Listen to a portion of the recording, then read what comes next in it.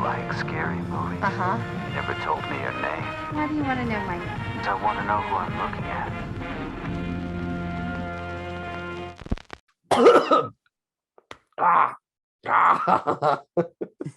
Sorry.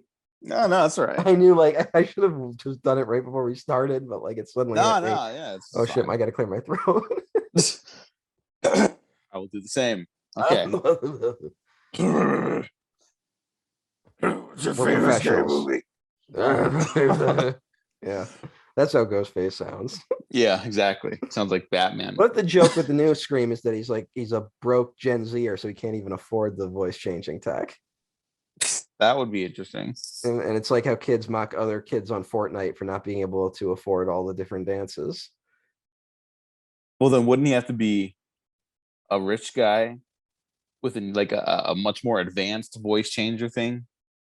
Maybe. Who knows? Yeah. Get some class in there. Hello, everyone. There's no class in these films. There's 100% class in this. Fucking Sydney lives in a mansion in the first one. Mm-hmm. And it's definitely, and it's not hiding that. It's not like a movie where you're when you'll watch something. I'm trying to think. Sometimes I'll watch movies. Oh, like Home Alone when I rewatch it, and I'm like, it's kind of understated how fucking rich this family probably is. Yeah, and how it would be a terrible idea to remake that film now and not provide any further commentary on that. Yeah. Then they just did a new one. They just did it. Yeah, I know that was my joke. Okay, but who cares also? No, I mean, I'm not going to the bat for the sanctity of that I don't care about those movies. I'm just saying it would be ridiculous if they tried that, and they did. Those terrible algorithm recommended video essays I see on fucking YouTube was recommending I kept getting recommended a video for Home Sweet Home Alone that was a franchise ruined. And I was Isn't it the sixth Home Alone movie canonically? Dude. Yeah. Did you know Home Alone 3 is about someone smuggling fucking a North Korean microchip out of Hong Kong? What? Yes. No, that's not real. All right, let me check real quick because I have it. All right. Plot: in Hong Kong, internationally wanted criminal Peter whatever is instructed by a high-ranking executive of a North Korean terrorist organization to retrieve a $10 million missile cloaking microchip. They hide the microchip in a toy car, an RC car, and then the toy car ends up going to the kid who ends up being the target of Home Alone 3. Huh. Well, Scarlett Johansson's in that movie. Oh my God. Hi, everyone. We're here to talk about Scream 4, Wes Craven's final film. I'm your host, Diego Crespo. Oh, it is not Wes Craven's final film. What? Didn't he do My Soul to Take after this? No, My Soul to Take was before this. Oh, shit. Are you serious? My Soul to Take was 2010. Scream 4 is 2011. Oh, shit. All right. I for some reason, I was like, man, this would have been a good film to go out on. But instead, he did My Soul to Take after. Oh, no. That's my co-host, Macaringo. So we are on the record for not liking My Soul to Take. Now we are both on the record for liking Scream 4, I guess. And sorry to fucking... You should have watched Scream 4 and then you should have realized it was good. Yeah. I'm gonna start big here because this is the only one I've seen in theaters, obviously, because I missed the first 3 in theaters. A little young for that. Or maybe not too young, I just didn't watch horror movies like that back then. I think this is basically a masterpiece. I think it's easily the best of the Scream sequels. I think it's one of the best horror movies ever made, and insanely rewatchable. I think it's tons of fun, and I fucking love Scream 4. I'm not going to hide any of that. Yeah, I also fucking love Scream 4. It is also, I think, the best of the sequels. I'm not sure if I would be also one of the great horror films of all time, but it's definitely close. And I feel like on rewatch, it might get there for me. I'll say this, rewatching it for the show, I have not seen it since I saw it in theaters in 2011. So that was like the last time I saw this movie. And I remembered liking it then. It wasn't like I watched it and went like, man, fuck that shit. I remember liking it and enjoying it. So I went into this remembering, I remembered like the big twist, but didn't remember a lot of the little details. And the little details are kind of what make this movie really fucking great. Yeah, like that's one of the things that kind of worried me rewatching it like a couple of years ago. I was like, fuck, maybe it's not the best of the sequels. Because like in theaters, it's fucking killed. Yeah. For my audience, not at the box office. Yeah, it had a weird like mixed reception, and then like no one really saw it. Yeah, I saw it opening night with friends. This is like right when I was really getting into like midnight launches and shit in theater fucking opening night. That was it was beautiful. Beautiful time. And a bunch of us got together to watch Scream 4 because one of my friends was like obsessed with Scream, rightfully so. And it just it was so much fucking fun. The audience, the gasps, the laughs, like it was the ideal version of a horror movie showing. And then years later, I was like, fuck, maybe it's not gonna hold up. It did, actually. So fuck off, everyone. Some people don't like this movie, and those are cowards. Yeah. I'm just looking at what other horror movies came out that year that were also like, there's like, there's like, horror is probably like the most consistent genre with turning out at least like 5 really good horror movies a year, Yeah, or at the very least box office hits, Yeah. But in terms of like the ones that were seen by a wide public, it's like this is the same year as Cabin in the Woods, which I like that movie. Cabin in the Woods came out the following year. Oh yeah, that was that fucking delayed thing. Fucking Letterboxd. Letterboxd has it listed as 2011. Fix that shit, Letterboxd. Letterboxd does that shit. It's like, it got limited release like at like certain festivals, so that counts. And it's like, no, it doesn't. Don't fucking do that. Well, then this year it's I'm assuming these are correct. Final Destination 5. I believe so, actually, yeah. Which I think is the one with the really interesting ending. Is that correct? Yes. Yep. Yeah. Hell I won't say anything. The Thing remake, which bombed. Oh boy. The Fright Night remake, which I don't remember if it bombed or not. The Fright Night remake bomb? I don't think so. Let me check. I think it actually it kind of bombed. It 41 million on a $30 million budget. So like it made some money, but not like a ton. So this is like we're right at like peak remake burnout, it feels like. Paranormal Activity 3, which was a big hit. And oh god, do you remember Silent House? That might have actually been released the next year, but that was one of those like early like it's all in one take movies. Really? Yeah, I have not heard of this. It's really bad. Okay. It's like pretty bad. But like it was one of those where like Elizabeth Olsen was kind of building her cred. Like she's in it and she's good in it, but the movie is terrible. Oh, okay. Hey, she's a really good actress. She is. It's a shame that like her last 5 credits are all fucking Scarlet Witch. I know. It's genuinely a bummer because she is fucking great in like Martha, Marcy, May, Marlene, which is one of the most underrated movies. Like I feel like no one talks about that anymore. That's one of those weird ones. Like how everyone will watch The Master and everyone's like, did you know The Master's about Scientology? And it's like, yeah, no shit, dude. And then like you could find like 20 video essays that are like, here is how The Master is actually a criticism of Scientology. And I think The Master is dealing with a lot more than that. And it just kind of used Scientology as a springboard. But Martha, Marcy, May, Marlene is actually one of the best explorations of like what it's like being in a cult. Like more people should watch that movie. I don't know why. Before recording, I was mentioning that you would like The Empty Man. You'll like The Empty Man.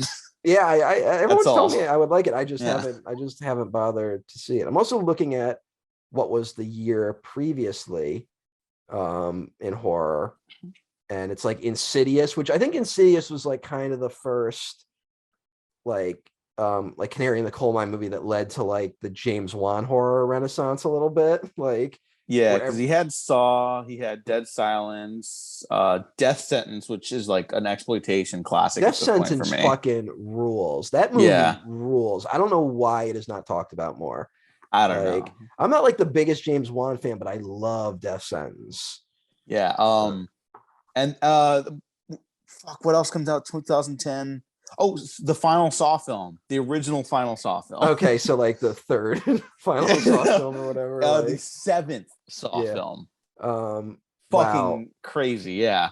And that the Saw stuff is like they do directly reference torture porn movies in this. Yeah. The Exorcism of Emily. Oh, The Last Exorcism. That's a pretty solid movie, honestly. I like that one. You know what else came out in 2010? My Soul to Take. Yes, unfortunately. But the remake of Wes Craven's Nightmare on Elm Street. Oh yeah, all right. Yeah, the one no one likes. No one likes, and no one has seen apparently, because I'm looking at the way I have the movies like ordered on Letterboxd. It's by popularity, which means like who's watched it, and it looks like no one has fucking watched that movie. Yeah, I mean, there's like a great. Oh no, there it is. There. All right, I'm very wrong. It's actually fifth. The poster is just so unmemorable. You wouldn't know it was Nightmare on Elm Street by looking at it. So apparently, a lot of idiots have seen the remake of Nightmare on Elm Street. More people have seen that apparently than Paranormal Activity 2, than Troll Hunter. No. The Crazies remake, which is actually like a pretty okay remake. I like that remake. Yeah. Yeah. Piranha 3D. John Carpenter's fucking last movie, The Ward. Oh. And Stakeland, a really underrated movie. Yeah, I like Stakeland. Stakeland's really good. Yes, horror went through like a weird period in the 2000s. Yeah, where I feel like blockbusters really found this nice like marriage of practical and digital like artistry in the 2000s. Like a lot of those effects are going to hold up, and a lot of the effects from the 2010s are not, which is very strange because the way people make movies is very different now, unfortunately. And horror didn't like really find its footing again until the 2010s, I'd argue. Not that there wasn't good shit in there like we're talking about, but I think it kind of had to undergo a rebirth. Yeah. So to speak. Well, it had to go through like everyone like torture porn gets big, and everyone like it is like, I guess this is the future. Like there wasn't like any real like celebration of those movies as a genre. Like every article about that was like, I guess this is what horror is now. Like, yeah. And even those, like there isn't like a reverence for those. Like some people kind of stick by the Saw films. Yeah, the Saw films are like whether or not they were intentional, they're very fun watches now. Yeah, you know, because it's like, oh man, remember this shit? It's in a weird way in theaters. Like they're like everyone's like they're torture porn, but they're also kind of a throwback to like classic slasher franchises. You know, like they're straight up exploitation films. Yeah, but it's also like we don't like what other horror franchise like got above number like 4. Like it's like Saw and like Paranormal Activity, like of the recent stuff. Like even Hostel, it's like Hostel 2, and then it's fucking done. You know? Yeah. Like there isn't much more. Even Human Centipede is like 3 and done. Yeah. Oh, thank fucking Christ. Yeah. Remember when that was also a thing? Yeah. Yeah. I was looking at the most popular. I mean, Letterboxd kind of fucks this up because like now everyone has seen Jennifer's Body. It's like Jennifer's Body is listed as one of the most popular horror films of the 2000s, and it's like, yeah, but that's more like recently. Yeah, it's definitely a delayed reaction to that one. Yeah. Trying to see, like, it's weird. It is when you look back and you're like, wow, I forgot that even existed. You know, which is again like whenever you're looking at like movies that are coming out and you're like, this fucking dog shit's occupying the theaters, the chances are it's not going to be remembered by a lot of people. You gotta keep that in mind. Well, that's why nostalgia is a fucking hell of a drug. Like, because you only remember the good stuff, really. Like all the goods, like all the bad stuff fades away. All the good stuff rises to the surface. You know, that's just kind of what happens. And so people be like, man, they're not making movies like they did in fucking the year 2000. And it's like, everyone's always making good movies somewhere, like no matter what you do, except maybe right now because of the pandemic. Like that might be the one example of it not being true.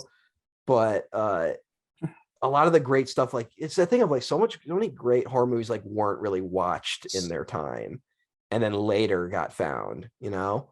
Yeah. And they just managed to stick around. So, and I think Scream 4 might be developing that reputation a little bit. It feels like, again, it was like, I remember coming out and people kind of being baffled by it, and people being like, they're like, I guess it's a Scream sequel, but it's like it didn't really do anything new with it, which like hard disagree. Yeah, but incredibly hard disagree. It gets, I mean, let's just get into it. It gets ahead of the curve on the that's reboot I sequels. think the thing is that it is like, I don't want to stay like way ahead, but it's like a step or two ahead of where movies were going. And also let's note like the accelerated timeline of not just history but pop culture now. Mm-hmm. Scream 4 feels almost ancient. 4 years after this is the release of The Force Awakens. If Scream 4 came out a month after The Force Awakens, people are like, oh, it's Scream Awakens. Yes. It's that fucking close. You know? It is. It is very, it's the anti Force Awakens almost. Yeah. Yeah. Spoilers for Scream 4, but like all the characters that they set up is like, this is the new Randy, this is the new like every new version of the character they set up. I could list all of them, but every new version of the character they set up is either dead or dead. They're all dead. Well, they all ultimately end up being subversions of characters that they were in the original, you know, where it's like they're all the same archetypes, but I don't know what it is.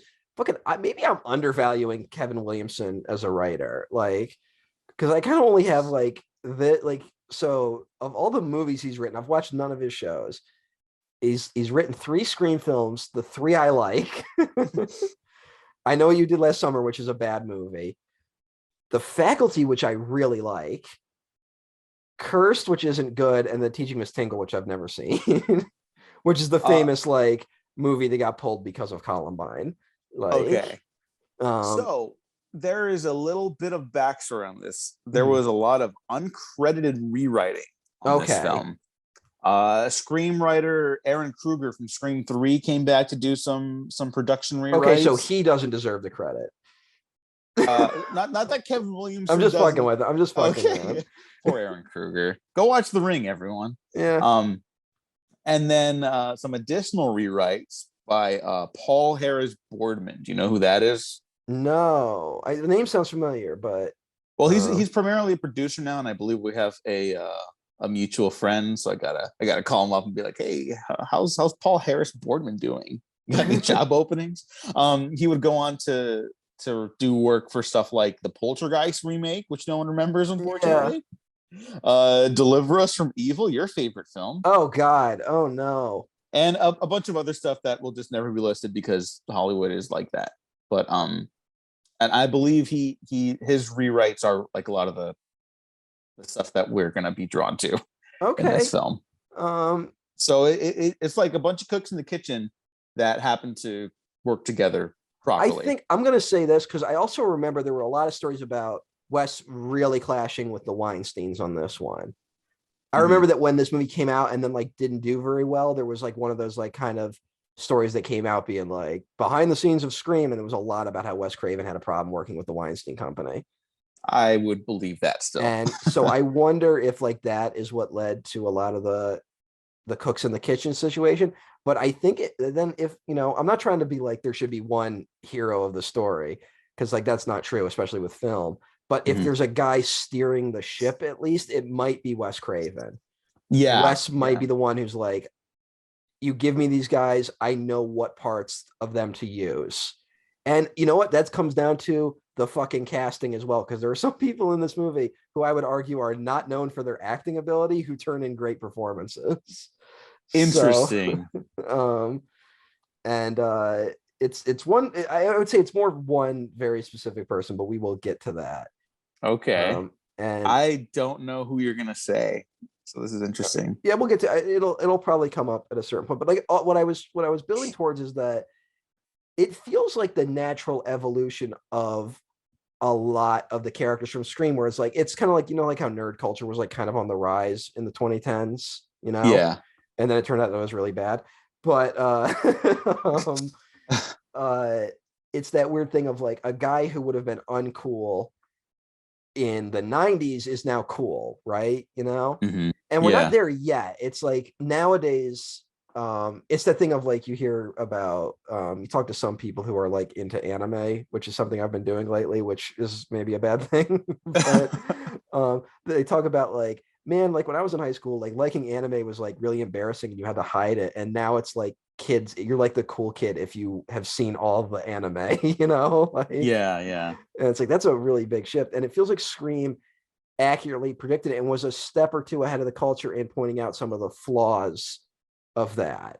And again, it's also, it feels like a knife in the reception of the original Scream films. Like the weird, it almost feels like, not to bring up the guy again, but it kind of does feel like a knife at like Joss Whedon style writing a little bit.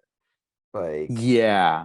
And I think it's suitable to bring him up here because, like we've talked about the Scream franchise, like his style, like his prose is very similar to the Williamson style prose, you know, where like characters, like there's witticisms. Yeah. And I not to defend A Horrible Monster, man, I think his writing did not get credit for like at least suiting characters. They weren't always just like, here's a fucking joke.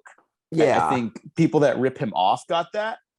They're like, here's a moment of levity. People that rip him off, but also like it. late era Whedon, he also just started doing it himself a little bit. I mean, that's definitely true. It's not like he's very clearly not innocent, but, yeah. but like, you know, at his at the stuff that sticks around. Also, there's a fundamental thing I have a problem with Whedon a little bit where like I feel like he thinks his characters are a lot cooler than they are, if that makes sense, you know? Like it doesn't. Sometimes I think the best written, you can do the Whedon-esque thing, but also you have to kind of recognize that your characters are losers. And I feel like sometimes Whedon doesn't have a grasp on that as well. I think I would agree. Sometimes yes, sometimes no. But like I would agree about certain characters. Like I think the Xander character from Buffy. Yeah. But like if there is the loser character, it's usually like really underlined and obvious sometimes. Mm-hmm. Whereas like I think Whedon likes the like, you think this guy is a loser, but actually he's the smartest of the group. Which I'm not a giant fan of. But hey, yeah, it's crazy. This movie's nuts. Like, yeah, it is. It's so good. I have so much. I don't even know where to begin. I guess so. We should start at the beginning. Great opening. I had completely forgotten the movie opened like this. Okay, this was very funny to watch. I remember very fondly. This was fun to watch the crowd. Because it was just like, what the fuck is this movie gonna be? We're like 5 minutes in on the third opening of the film now. Is this the real one? Actually, you know what? I have Scream 4 open on my laptop right now. I think it's even longer than 5 minutes. I think it's pretty long. It's pretty long. Yeah. You know what? No. It's like about 5 minutes, fucking like 40 seconds is finally the opening. Yeah. But that's long for an opening. Like No, absolutely. And it's like, is this gonna work? Like, look, like that was my reaction to rewatching it after all those years. I was like, is this gonna work? Is this like just too goofy? And no, I think it totally works. You know what? Also, I want to say this one thing that really helped rewatching it is being removed from the hype for Scream 4. I think the trailers didn't do this movie a lot of good service. Like, I remember the trailer spoiling a lot of the good scares in the movie. And I remember a lot of the trailers like showed off like, here's our impressive cast. And then you show up and then it's like half the people you showed in the trailer aren't even really in the movie. Like they're in the fake movies at the start of the movie. Like, which is like wild to do. Yeah. Like that is crazy. And I just like it though, as like that in the universe of Scream, the Stab franchise has gone on for so long that even that has gotten meta. Like, yeah, that's really funny.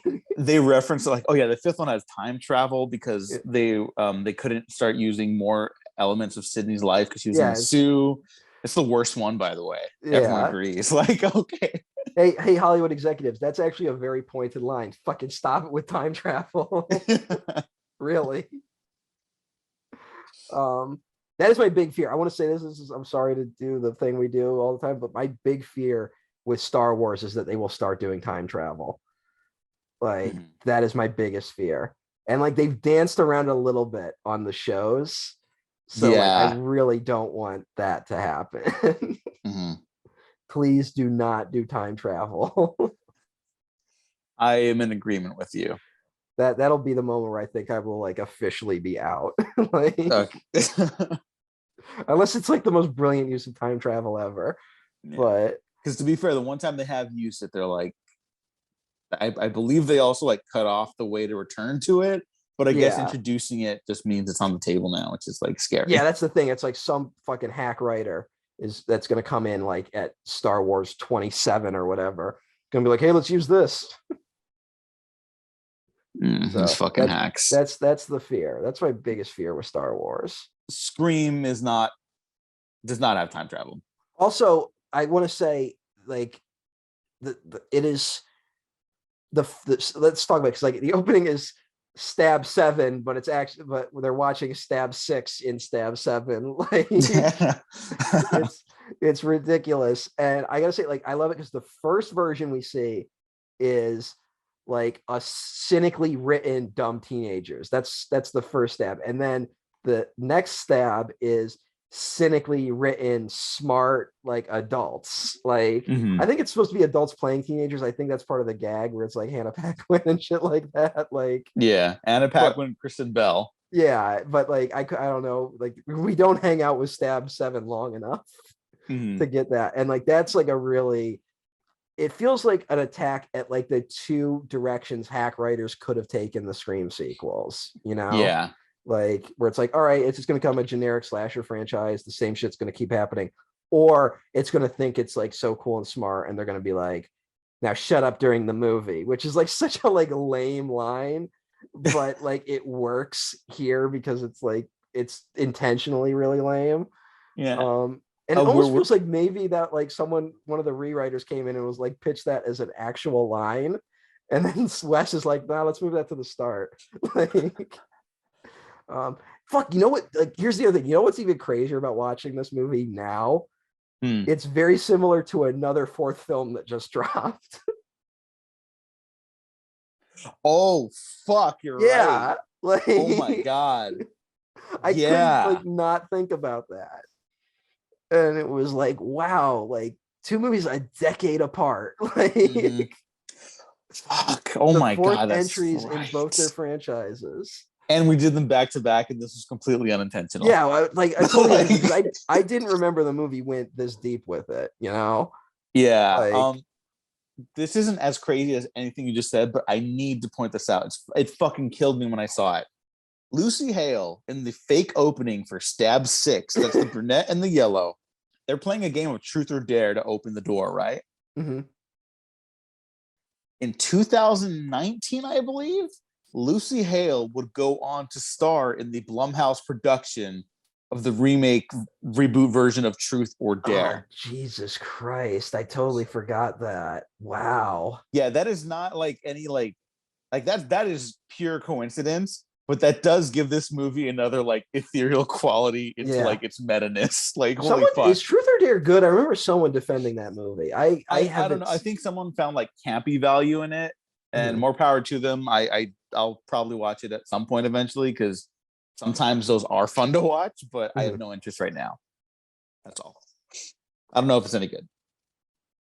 But yeah, that fucking blew my mind. That is kind of nuts. That is kind of nuts. It was nuts watching this, being like, this feels like it could come out fucking tomorrow. Like, we have Scream 5 on the horizon. Like now, I just feel bad for Scream 5. Like, I know, because like this is part of the reason why like I didn't want one, and like I'm still looking forward to it. I don't know if we're gonna cover it right now because the pandemic's like kind of fucked up our schedule a little bit. Yeah. So. Boo-hoo, right? Like us, the protagonists of life. But like, it's the only thing that's fucked up. Yeah, that's the only thing. Yeah. But my big question was always like, what do you even do now? Yeah. Like you can't do this again. Yeah. Well, that's the thing. It's like it's either gonna be like the 3 versions of it, it's like it's just going to be like generic slasher movie with Scream elements, which like fine. I'm sure I will end up at least liking that, right? Like it'll be fine, but it won't be like a great movie. It'll just be Scream 4 again is the other option, and then it's like, well, I just watched Scream 4. And that'll probably annoy me more than if it's just a generic slasher movie. And then the other more unlikely is that it's like 20 years ahead of its time, which in that case, it's not going to do well. Yeah. So The one thing that always makes me concerned now is when I see the early reviews. Well, the early reviews are always just like the easy lays for critics. From people I even like admire and like. That's not nothing against them. It's what happens. It's fine. Don't take it personally. But whenever I hear like, oh, it pays like a tribute to the legacy of the franchise, that's always a shit. Yeah, that's a like, big red okay, flag. Wait. What do you mean by that? What do you mean by that? Someone says that in this movie. Someone says like paraphrase like that line of like staying true to the legacy, which is this is 2011. It's nuts. It's shocking. This is a shocking film. It is kind of, and again, like I said, I liked it when it came out. Like I'm of course like this is like my last year of high school. So it's like there's that. I remember just like really enjoying the fact that it was like, hey, we're getting a slasher film on the big screen again, which it felt like we just weren't going to get those anymore. And the ones that we did get were like those remakes, which all seemed embarrassed to be slasher films. You know what I'm saying?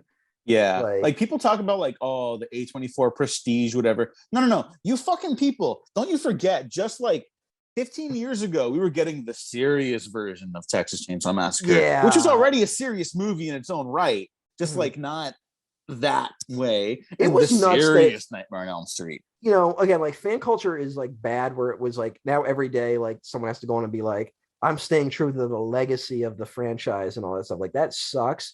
But it is weird that like specifically horror, it felt like all the horror movies were given to people who clearly kind of didn't like the movies they were remaking. Yeah, like you know, like one of my guilty pleasures, I love me some Michael Bay. He is like single-handedly responsible for Platinum rebooting Dunes, some man. of the remakes of some of the best horror movies ever made, and Friday the 13th. Well, that Friday the 13th remake is kind of just another Friday. I remember not liking that movie though. I like that one. I'm talking shit, but Friday the 13th is like the one slasher franchise where you could do like Friday the 27th and it'd be like, yeah, whatever. Like you could do anything with those. That's why it feels like we've barely scratched the surface of potential. And usually I wouldn't give franchises like that like a pass, but because it's before my time and it's just like part of culture now, like sure, whatever, do whatever with those. I don't care. That one you could do time travel with. Didn't the rights are all fucked up for Friday the 13th right now, right? Yeah, it'll be a while before we get another one. Yeah, because that's the thing. Like we got Scream 5 on the horizon, and there's a few other things like in the work, and all of that is because Halloween 2018 like made fucking all the money in the world. Like it's the reason. And now Scream 5 is gonna bomb. Like not even its own fault. It's just a bad time to release a movie like that. And it's like it feels like Friday the 13th is like kind of the perfect one to do in part of this wave, you know? Yeah. Like you could totally like just do a movie where like Jason kills like 100 people. Like do that movie and people will fucking go ape shit for it. Speaking of body counts for this, 15 people die in this movie. Yeah. Which is like a pretty big, that's like a Halloween 2018 body count. You know what my only real complaint about, and this goes for all the Scream sequels, and so like I'm not saying that for, but one problem I kind of have with all of them is that something I really like about Scream 1 is that like half the people like live, you know? Like there's still like a body count of like 5 or 6, I think, in Scream 1, which is like still like a high body count, like by no means. But I like that part of that movie is also about these guys suck at killing so much that half the people they tried to kill lived. Like, yeah, well, and to be fair, Wes Craven said he left it open for Kirby, the Hayden Panettiere character, to live and come back. I'm just gonna she might not be dead. I'm gonna just take that as fucking headcanon. Like she's fucking Kirby lived. Cause like fuck that shit. Like I'm sorry. She's also the best character the best new character in my opinion. Kirby rules, and I honestly was worried. Like, you're always kind of worried when you're like you get a character like Kirby, because again, like we're talking about, this movie was ghost written. Guess what? All the ghost writers are men. Like, so there's always that problem, and you feel like sometimes you get a character like Kirby, and it feels like someone writing the girl they wish they went to high school with. You know, like quote unquote cool girl from fucking Gone Girl. Like, but like Kirby ends up being like a really well-rounded character. And I ended up really, I like that she just goes to the party. It's like, I'll drink for the both of us. And then she does genuinely get drunk at the party. Like, that's just great. So like when she like quote unquote dies, like that, like it was such a bummer. So, but she's still breathing. Like we see her eyes moving and she's still breathing. So we don't know for sure, but I'm just gonna say she lived. Fuck it. Fuck these people. Like, of all the people, she's like the only like kind of good person in it too, other than like the original cast. Like, it's like karma should have helped Kirby out for a moment. Although there's that great moment later on where one of the dweebs is like, wait, you can't kill me, I'm gay.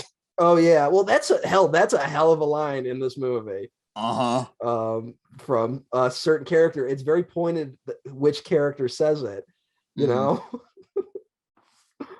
There's a lot of that where, like, again, when Scream 1 I think works the best of all the Scream movies still. Like, I know people really stand the sequels. I'm not going to go that far. I do like Scream 2.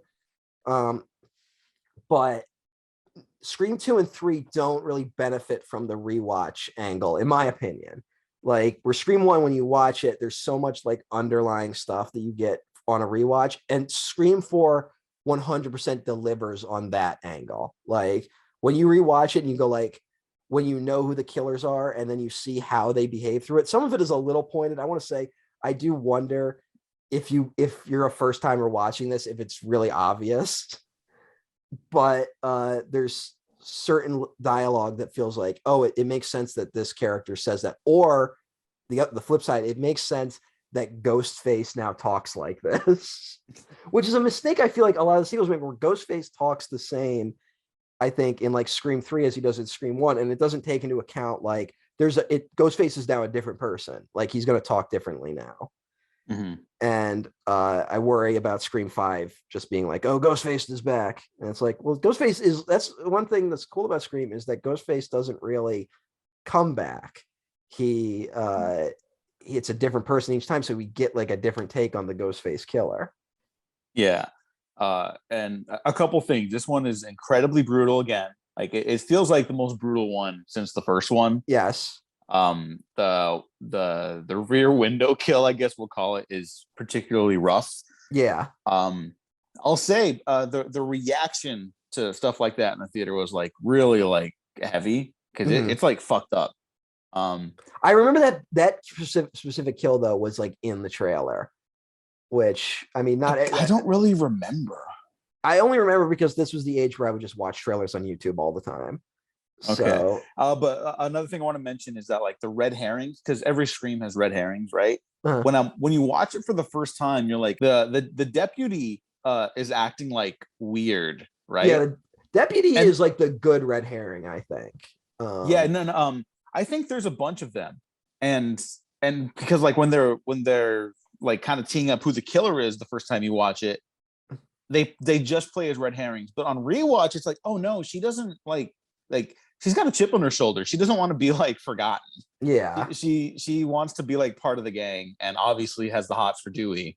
But like she's like there's like character stuff there. It's not just, oh, she's acting weird because we need to start like speculation on who Ghostface is. Yeah, which is what like cheap sequels do. Well, I think I'll just say, I think the ex-boyfriend is kind of the bad red herring, but I'm not even sure if bad is the right word. Like, I think we're kind of supposed to think it's not Trevor the whole movie, you know, like it's too obvious for it to be Trevor, right? Yeah, like that seems to be the twist. But like, I think the cop's a good red herring, and the vlogging kid is like the other good red herring. Yeah. Where until you get to his scene where he starts like fucking around with the camera, and then you start to realize, oh, this guy, he's probably, once you get to that final house, you notice who goes off by themselves, and you can kind of narrow it down in that moment, Yeah. like that, which is just, that's just a very, very quote unquote minor criticism. And I'm not even sure if that's like a criticism, just like, if you can make it to that scene and not know who it is, that's still a pretty good job. Right. Yeah. Now, your first watch, I think you mentioned it already, but did you figure out who the killer was? I honestly, I don't remember, but I'm going to say I didn't. Okay. I'm just going to say, like, I didn't think, it wasn't in my brain that like the movie could go there. Yeah. But also when I think back to it, like I do, it's been a decade. I watch movies differently now than I did then. Mm-hmm. And I can't even remember watching this being like trying to even figure out who the killer was. Like, I didn't even go into the movie being like, all right, I guess I got to figure out who Ghostface is. Like, instead, like, I just kind of watched it. And then I was like, I do remember this. I kind of got to the end when the reveal happens. So I guess the answer is, yeah, I didn't know who did it. And I was like, oh yeah, there's like a mystery element to these movies. Mm-hmm. Like, I got all the way to the end forgetting that. Like, yeah, I definitely had that in my mind, trying to figure out who the killer was, because again, my friend was like a hyper Scream fan. Mm-hmm. I was very caught off guard. Mm-hmm. I totally fell into like, oh, it's fucking Trevor, because they're going to redo Scream. Dan Doherty does not have the Scream 4 logged on his letterbox, so he might not have seen it. So Dan Doherty, send us a message if you weren't able to predict who the killer was. Yes. Good luck. You definitely should put, like, you might want to put a thing at the start, because we've already started spoiling things. Like, you should fucking watch Scream 4. Like, yeah, don't like this, because I feel like if we're doing like a slasher franchise, it's like, Halloween 5. You don't really need to see Halloween 5. You just need to see the last scene in Halloween 5. Like, that's it. Whereas Scream 4, it's like, no, all of these are kind of worth watching, which you can't really say about a lot of other slasher franchises. Yeah, like I know we're not crazy about Scream 3, but I got to give credit to my buddy Cameron Carpenter, who really like was unhappy with my take on Scream 3. Hey, so he really liked it, and it gave like a very hearty defense in our messages about how it's like a movie within a movie, like all these are, and Sydney's life is becoming a film. And there's stuff that you can get out of Scream 3, even if I still don't like it.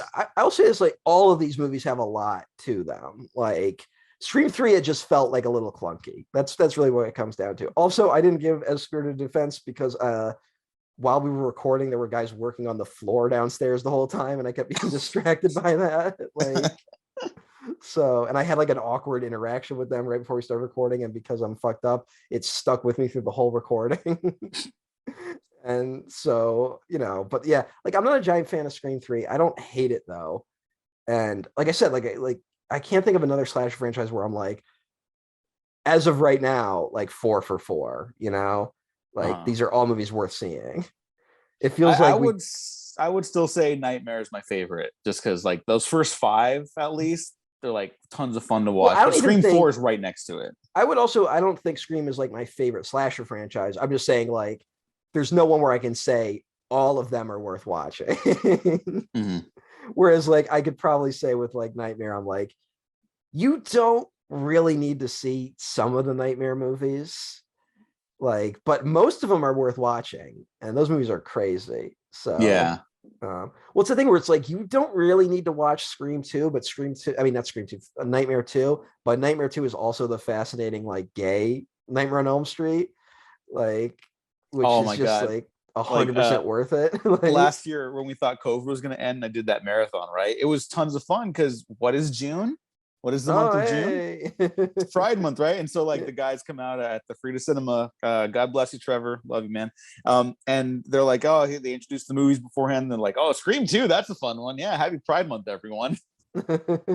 Like, it just has that reputation now, and that's why that one's so fascinating too. But I think people forget that one's like still really scary. That one's got some scary shit in it. It's scary. It's just one of those weird ones where once you've seen all of them, it's weird to go back, because it's like the direction the franchise could have gone in. Like, it's very different Nightmare film. You want me to tell a little story about Nightmare on Elm Street 2 real quick? Yeah, go for it. I didn't see any of the sequels for the longest time. I had only seen, there was a time where like I kind of just watched the first of any, because I was like, I kind of had the attitude people generally have where it's like, man, sequels suck, don't watch them. Even though like I had watched a lot by then. I don't know. Sometimes you let peer pressure get to you in your movie opinions. There was a fucking California video that was going out of business, and Hollywood video, I mean. And I went there and I bought a bunch of movies that they were giving movies away for like a fucking $1. Like, so I went and I just got a bunch of movies, and one of them I grabbed was Nightmare on Elm Street on VHS. I was like, I'm getting this. I get it. I get home. I open the box. It's Nightmare on Elm Street 1 cover. It's Nightmare on Elm Street 2 VHS tape. And by the time I had investigated, the place had gone out of business. So it wasn't like I could correct that error. Oh. And so I was like, well, I guess I'm watching Nightmare 2. And then I watched Nightmare 2 and I enjoyed it. So all right, there you go. Hey, what are you gonna do? But like that was a weird, like, man, I can't wait to watch Nightmare on So I think Wes Craven kind of hated Nightmare too.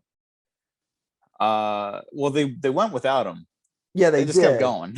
So did they interview him? They did that documentary there's like a 5-hour Nightmare documentary. Like, oh, that's fantastic. I haven't seen that. It's actually pretty good. They literally like interviewed everyone. I can't remember though if it was before or after Wes Craven died.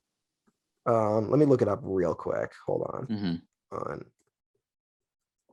Elm Street documentary. I think it's called Never Sleep Again. That's great. I gotta watch that because like it's 4 hours long. Oh, like my love for the franchise is just from the films. I haven't gotten into any of that, so that's exciting. It's from 2010, so Wes was still alive, so they got him. Nice. Because it's not like, because there's actually there's a Halloween documentary that's like Halloween 20 years later, and all the interviews with Carpenter in that are like old interviews. Like clearly they couldn't get him. Because that was probably Pete Carpenter being like, I don't want to fucking talk about Halloween ever again. Yeah. So, yeah, man, fuck, this fucking movie's so fucking good. Yeah. I don't even know. All right, we're still in the opening, by the way. I know, but there's so much. I mean, we can just kind of hop around. We can, but I want to get the opening because I think the opening is always like the treatise on like what the film is going to be, like, which I'm like, that's not like a deep take. Like that's what most good movies are supposed to be. Yeah. But like, and I'm not even saying that in the dumb way they tell you, like, like script writing books are like, the audience should know exactly what's going on by like page whatever in your screenplay, right? Yeah, but it is very specifically like a Scream franchise staple that like, here's the movie. We're going to be tackling this. we've pulled the rug out from under you twice, so like that means we're just going to keep doing that. And then also we get into like also the first slashing scene is like seriously brutal. Like it's genuinely like we go from the cynical teenagers, the cynical adults in the fake stab movies, and then we get actually sympathetic young people. They gave both these people who are on screen for a short period of time actually distinct kind of character vibes, which is the one friend who is genuinely scared and the one friend who's trying to act like they aren't scared, which says all you need to know about that friendship dynamic in like a minute, Yeah. And it's great. And it makes it bad when they get murdered. Like, I know. And you know what I really loved about it? This is a rewatch thing. I definitely didn't get this on the opening night. In the original Scream, it's Ghostface watching through the windows. You never see him, right? Mm-hmm. And in this one, what does Ghostface do with the first victim? He throws her through the window. Yep. So it's just continuously like, no, you don't understand. We're doing the same story, but it's not going to be the same story. Mm-hmm. It is telling you 3 times over now, no, you don't know how we're going to tell this story. Windows are just generally important, like symbolically for meta narratives, like, yeah, I guess so. Yeah. I mean, in the Matrix, it's like, put your hand through the fucking window so you can explain to Neo that the story's fucked up. Yeah, it just doesn't stop. Also, I want to say, they get to the misogyny really quickly. Where the new Ghostface is, you're the dumb blonde with the big tits, where it's like she's already putting this girl, and like, you know, the girl kind of gives a like, I got a 4.0 grade point average, whatever.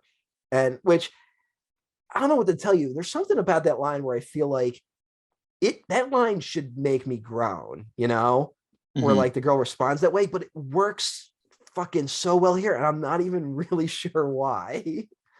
Like, I think it's just like more truthful here. I don't know. Wes Craven, God bless his soul, he just had like this. There's such like empathy for his characters. Like, yeah, I think you can just tell when people are writing fiction versus when they're like really imbuing it with life. You know. And sometimes you don't need that for your movies, but I think Wes Craven just did it naturally. Wes Craven hits this perfect balance, I think, which is kind of rare in Hollywood, which is massive amount of empathy for his characters, but also like a general underlying contempt for society. Which is like I honestly, I think goes great together. Like, yeah. And then you get someone like John Carpenter, who is like kind of has contempt for humanity and society. Like, and then it leads to different vibes. Like, so I'm not trying to say like one or the other is good, but I think Wes, when he uses it right, it was super good. But again, like, I think that was the thing I was kind of on the lookout for, because I kind of struggled with that with the other two Scream sequels. It's definitely there in Scream 2. It's less so in Scream 3, with the kind of like the underlying commentary on misogyny, which I think does a better job than other films that claim to be doing the same, where it's like, we're going to interrogate the inherent fucking misogyny of horror films. And it's like, those movies kind of never really work. Or like, you get to like I like Cabin in the Woods, but I also kind of think the ending of Cabin in the Woods is kind of bad. Okay. You know, like, I just, it's a little too like fuck humanity for my taste, you know. Like, it's a weird combination of fuck humanity, fuck people, but also like, I'm a good person. Which is like those are the three elements that like never work together for me. And I just feel like that would be like the more cynical version of this, whereas I don't know, the Scream films, they just balance it out so well, and I'm continually impressed. In a way, it's just, you know, like, I'm sorry, I'm just like being a dead horse, but it's like, we're like, you had a movie like Funny Games, you know, which is like Michael Haneke trying to say like all horror films are bad. Yeah. And like, that movie's interesting, but it's also like, I end up in that situation where I'm like, well, yeah, but like, who is this for? It's for people that don't like horror, and I don't like that either version of that movie. Here's the thing, though. That movie, you know who's going to ultimately end up standing by that movie? The horror fans. Like, yeah, exactly. It's what's weird about it. So but then like, this movie, it feels like they found a perfect way to have their cake and eat it too, and like, not a bad way. Like, it's like, these movies function so well as slasher films, but they're also really good commentaries on them. And then I think this one is taking it in a direction I think even certain film theorists haven't taken it. I feel like we're still kind of stuck in the boring, like, slasher is misogyny, like all this stuff that, you know, is kind of perpetuated by book like Men, Women, and Chainsaws, like the Carol Clover type stuff. And a lot of that stuff, it's like important, and I'm not even smart enough to really like give a like treatise on it or against it. But there's always something about feminist criticism from that era that is like really gender essentialist. And I feel like going forward, a lot of those theories are kind of struggling to deal with this era we're kind of entering, where gender is turning into a much more widely accepted spectrum as opposed to a binary thing. And that's a challenge right now going forward, and we don't really know.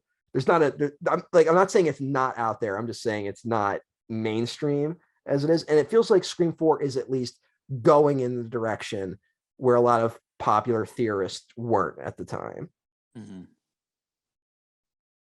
And also in a way that isn't like, we'll get to it. Well, there's just so fucking much. Like, there really is like a lot going on in this movie. And like I should I mention the cast, because the cast is pretty stacked. In 1 second, because we're about to get into that, but we're about to end. I got one last thing to say. Okay. Where I like, there's certain movies where they will just the film will just straight up tell you how to watch the movie. And I don't mean like subtly, I mean like they're talking to the audience. That's entirely what this opening is. It's telling you how to watch the movie going forward. But it's also telling you what the movie isn't. Like Stabs 6 and 7 are very much like, this is not what a Scream movie is. This is what a lot of you people think a Scream movie is. It's not. Which is kind of like the line from the Bob Dylan film Masked and Anonymous, a movie in which Ed Harris appears in minstrel blackface.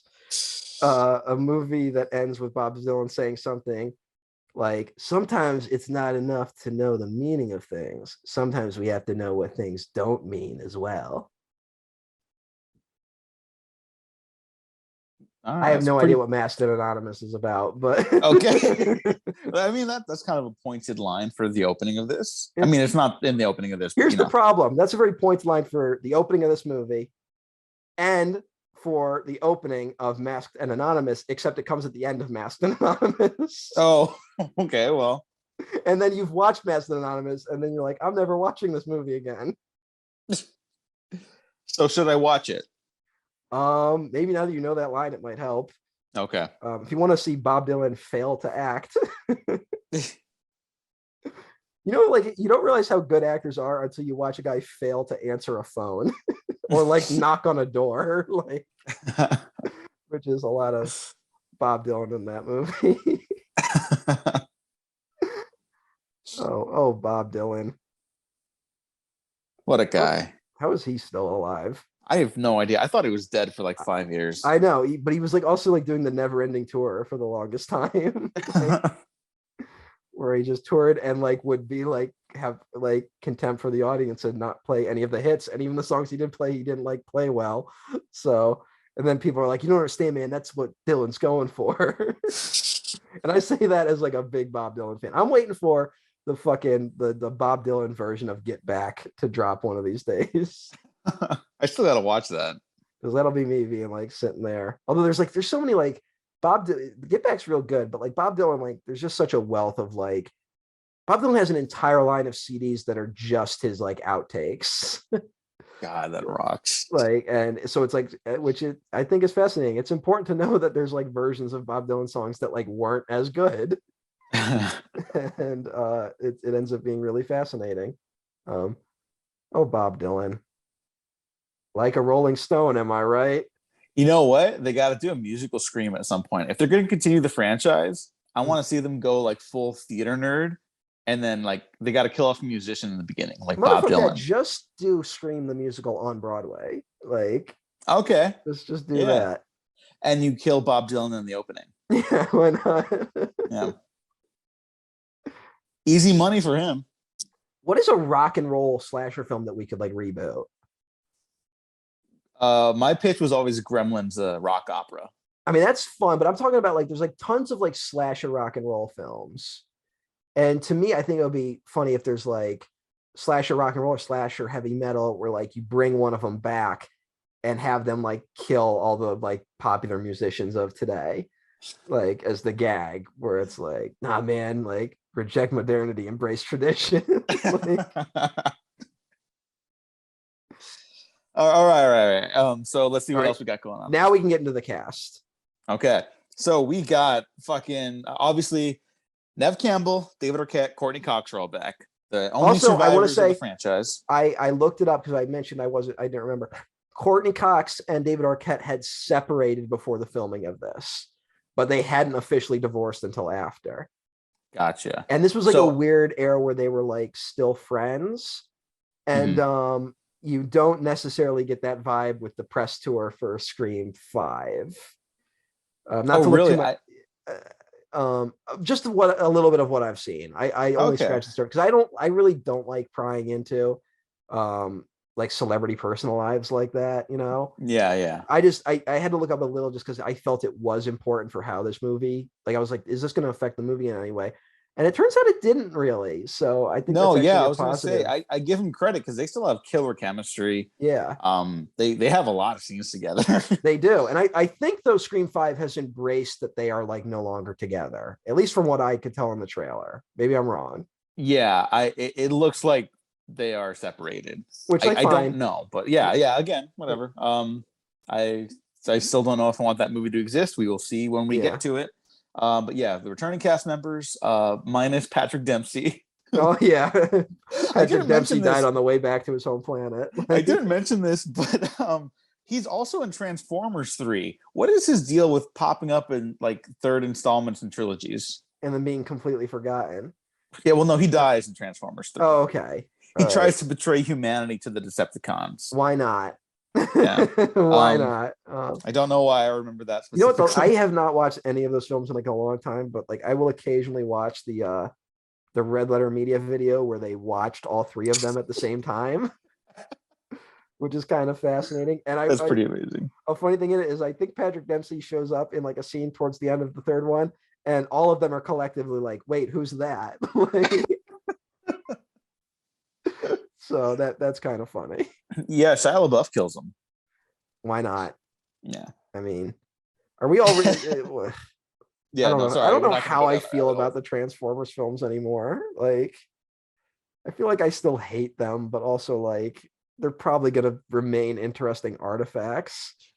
That's exactly what they are. And film critic and fellow podcaster Vice Victus has a great read on them where like, regardless of whether or not you like the Transformers films, you can kind of trace the media reaction to the military through them. And like the way we treat them after 9/11, where it's like, yeah, the troops are great and awesome in the original trilogy. And now it's like, after 4 and 5, it's like, well, we don't really like you guys anymore. We don't need you anymore because you're immigrants.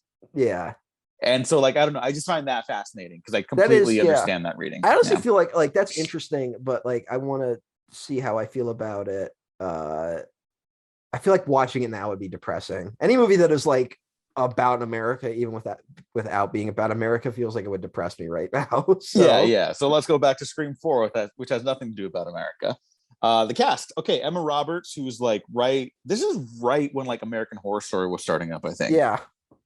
That show's still fucking going on. I have no idea. All right. What the fuck? Emma Roberts, who is the niece of Julia Roberts. What is her character's name in this movie? Jill Roberts. Which, all right, if we're going to talk about, I mentioned, I guess I'll just play my hand. This is the actress I feel like isn't a good actress. I don't think Emma Roberts is really good. I haven't really liked her in anything except this. And I think this movie is very deliberately tapping into her energy as like someone who kind of like was grandfather boyfriends. Well, that too. Okay. That too. I don't even want to like, I'd hate to like point this out, but there is kind of like, that is the moment where she is giving the best performance, and it's fucked up when you like know about that. Like, but she's kind of playing someone who is grandfathered into fame, you know, like, which is exactly who she is in life. You know what? Fucking, this is gonna make me look like the stupidest fucking person on the planet. I never even considered that. Like, I think I only really know it just because I've never really liked Emma Roberts. Like, that's I wouldn't have picked, amazing. Yeah, like, I mean, you know what? Like, it's also like Emma Roberts gets big with like that show Unfabulous. Remember Unfabulous from Nickelodeon back in the day? I remember like the post. Yeah. What was that? I lost you. Sorry. I remember like the posters. Yeah. Unfabulous was the show where it was like, okay, Unfabulous is coming on. Let's see what's on Cartoon Network. Like, it was the change the channel show. And that was like the beginning of me like, I'm slowly like not watching Nickelodeon and cartoons anymore. So like it does occupy that place. Oh, she was in Aquamarine. Remember Aquamarine? The movie, the mermaid one. Yeah, the vampire. I mean, not vampire. The mermaid movie. Yeah, Aquamarine. It's about vampires. She's in it's kind of a funny story, a movie I kind of hated. Oh, right. Yeah. Yeah, and also, yeah, she's was so the cops called on her for fucking domestic violence against her boyfriend, which is something that happens. There are plenty of cases where women are abusive to their male partners, and I'm not saying it's not talked. It's not like a mainstream talk, but I feel like everyone we know understands that. Yeah, like normal people who have like empathy and like understand like at least the baseline of relationships in society, like can understand that. It's I will say that you do run into some people. I don't want to call too many people. You run into people a little too many people who like have the like all men are garbage angle of their personality, and they seem to come out swinging for like every woman who's done a bad thing ever. Like, and that's a little like there are plenty of relationships that have been abusive where there was the female partner, like it's not like, it's that unfortunately that is not a gendered thing.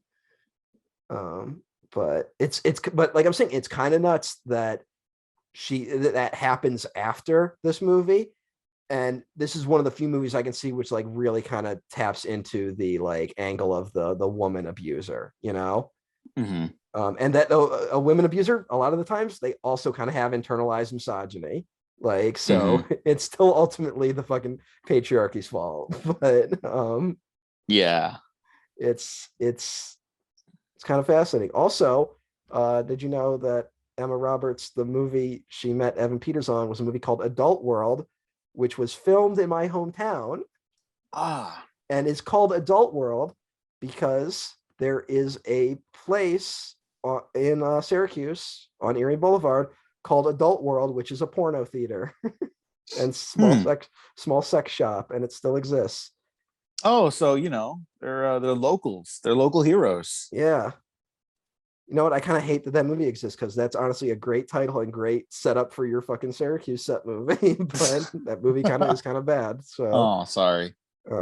Hey, it's that, like, again, we're talking about a movie being ahead of its time. It's also like ahead of its time in terms of like an actual crime, like, which fucking the first Scream was too. I talk about how that predicted Columbine. Like, I'm genuinely frightened what the new Scream is going to do. Hey, no, like none of it. Look, no one competent is involved in that one. So hey, yeah, there's very many talented people. Yeah, there's a lot. You know what? I like those directors, but I'm just saying those aren't guys. I didn't watch fucking Ready or Not going like, man, this feels like it's predicting something. No, yeah, that's true. But hey, maybe it'll make sense in hindsight. No, like I'm definitely not someone that's like, oh, these movies are predicting the future. Like, I don't think that. I think they tap into something in the culture and zeitgeist where they're able to call things. It's not like that episode of Community when everyone thinks Abed can predict like their futures and he's just like insightful to their personalities, like that's not me. All right, moving on to the list of the cast members. Hayden Panettieres, Kirby Reed. We already talked about her, but this is like, well, we should talk about Hayden Panettiere like in terms of her career.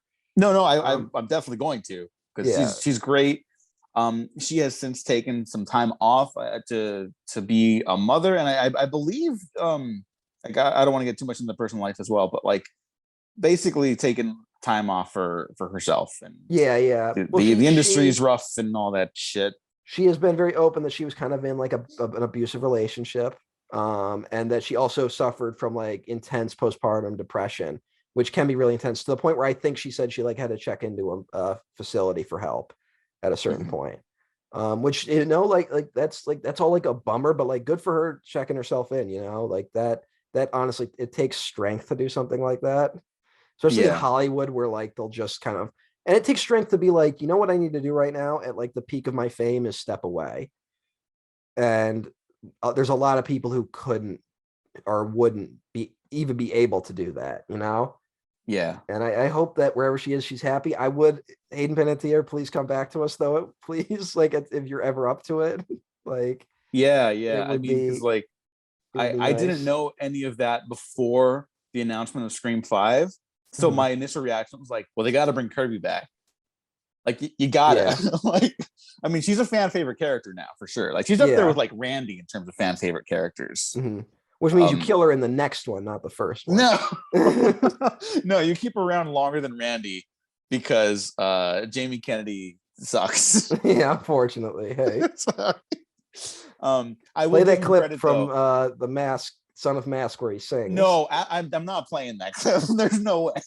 This is the part where you boogie. No. Google it if you're curious. I'm not adding that shit. But I will say, kids, do you want to see the moment that ISIS formed? No. Watch Son of the Mask, and then you're gonna be like, okay, there are no redeeming qualities to American culture. No, ISIS was like, we have to stop this. Yeah, it's like, turns out ISIS was fighting for good cause. Sorry. No, they aren't, but hey. This would be incredibly fucked up. But like one of those like beheading videos. Oh god. Subtitle it and be like, this is if you don't stop making sequels to The Mask. No, you have to destroy all copies of Son of Mask. Like, or this will happen to the rest of America. That's the worst joke I've ever made. That is the worst. That's the joke I should be making. I'm so sorry if that was insensitive. Have you ever watched one of the ISIS videos? No. Whoa. I was just checking. No. I know people who have. Like, I go looking for grim shit. I've never watched one of them either. Like, no. I've never had a stomach for grim shit in real life. Like real life blood, I do not handle well. It's that bad. I'll be honest, I'm like the type of idiot where like I do kind of go looking for it, and then the moment I find it, I'm like, I wish I hadn't watched that. Like, no, like some people are like so desensitized to that stuff. They'll be like, oh, I saw this video here of the skateboarder like eating it. You want to see it? And I'll be like, no, does he die? Like, I don't want to see that shit. And then they show me, and then that person clearly doesn't get back up.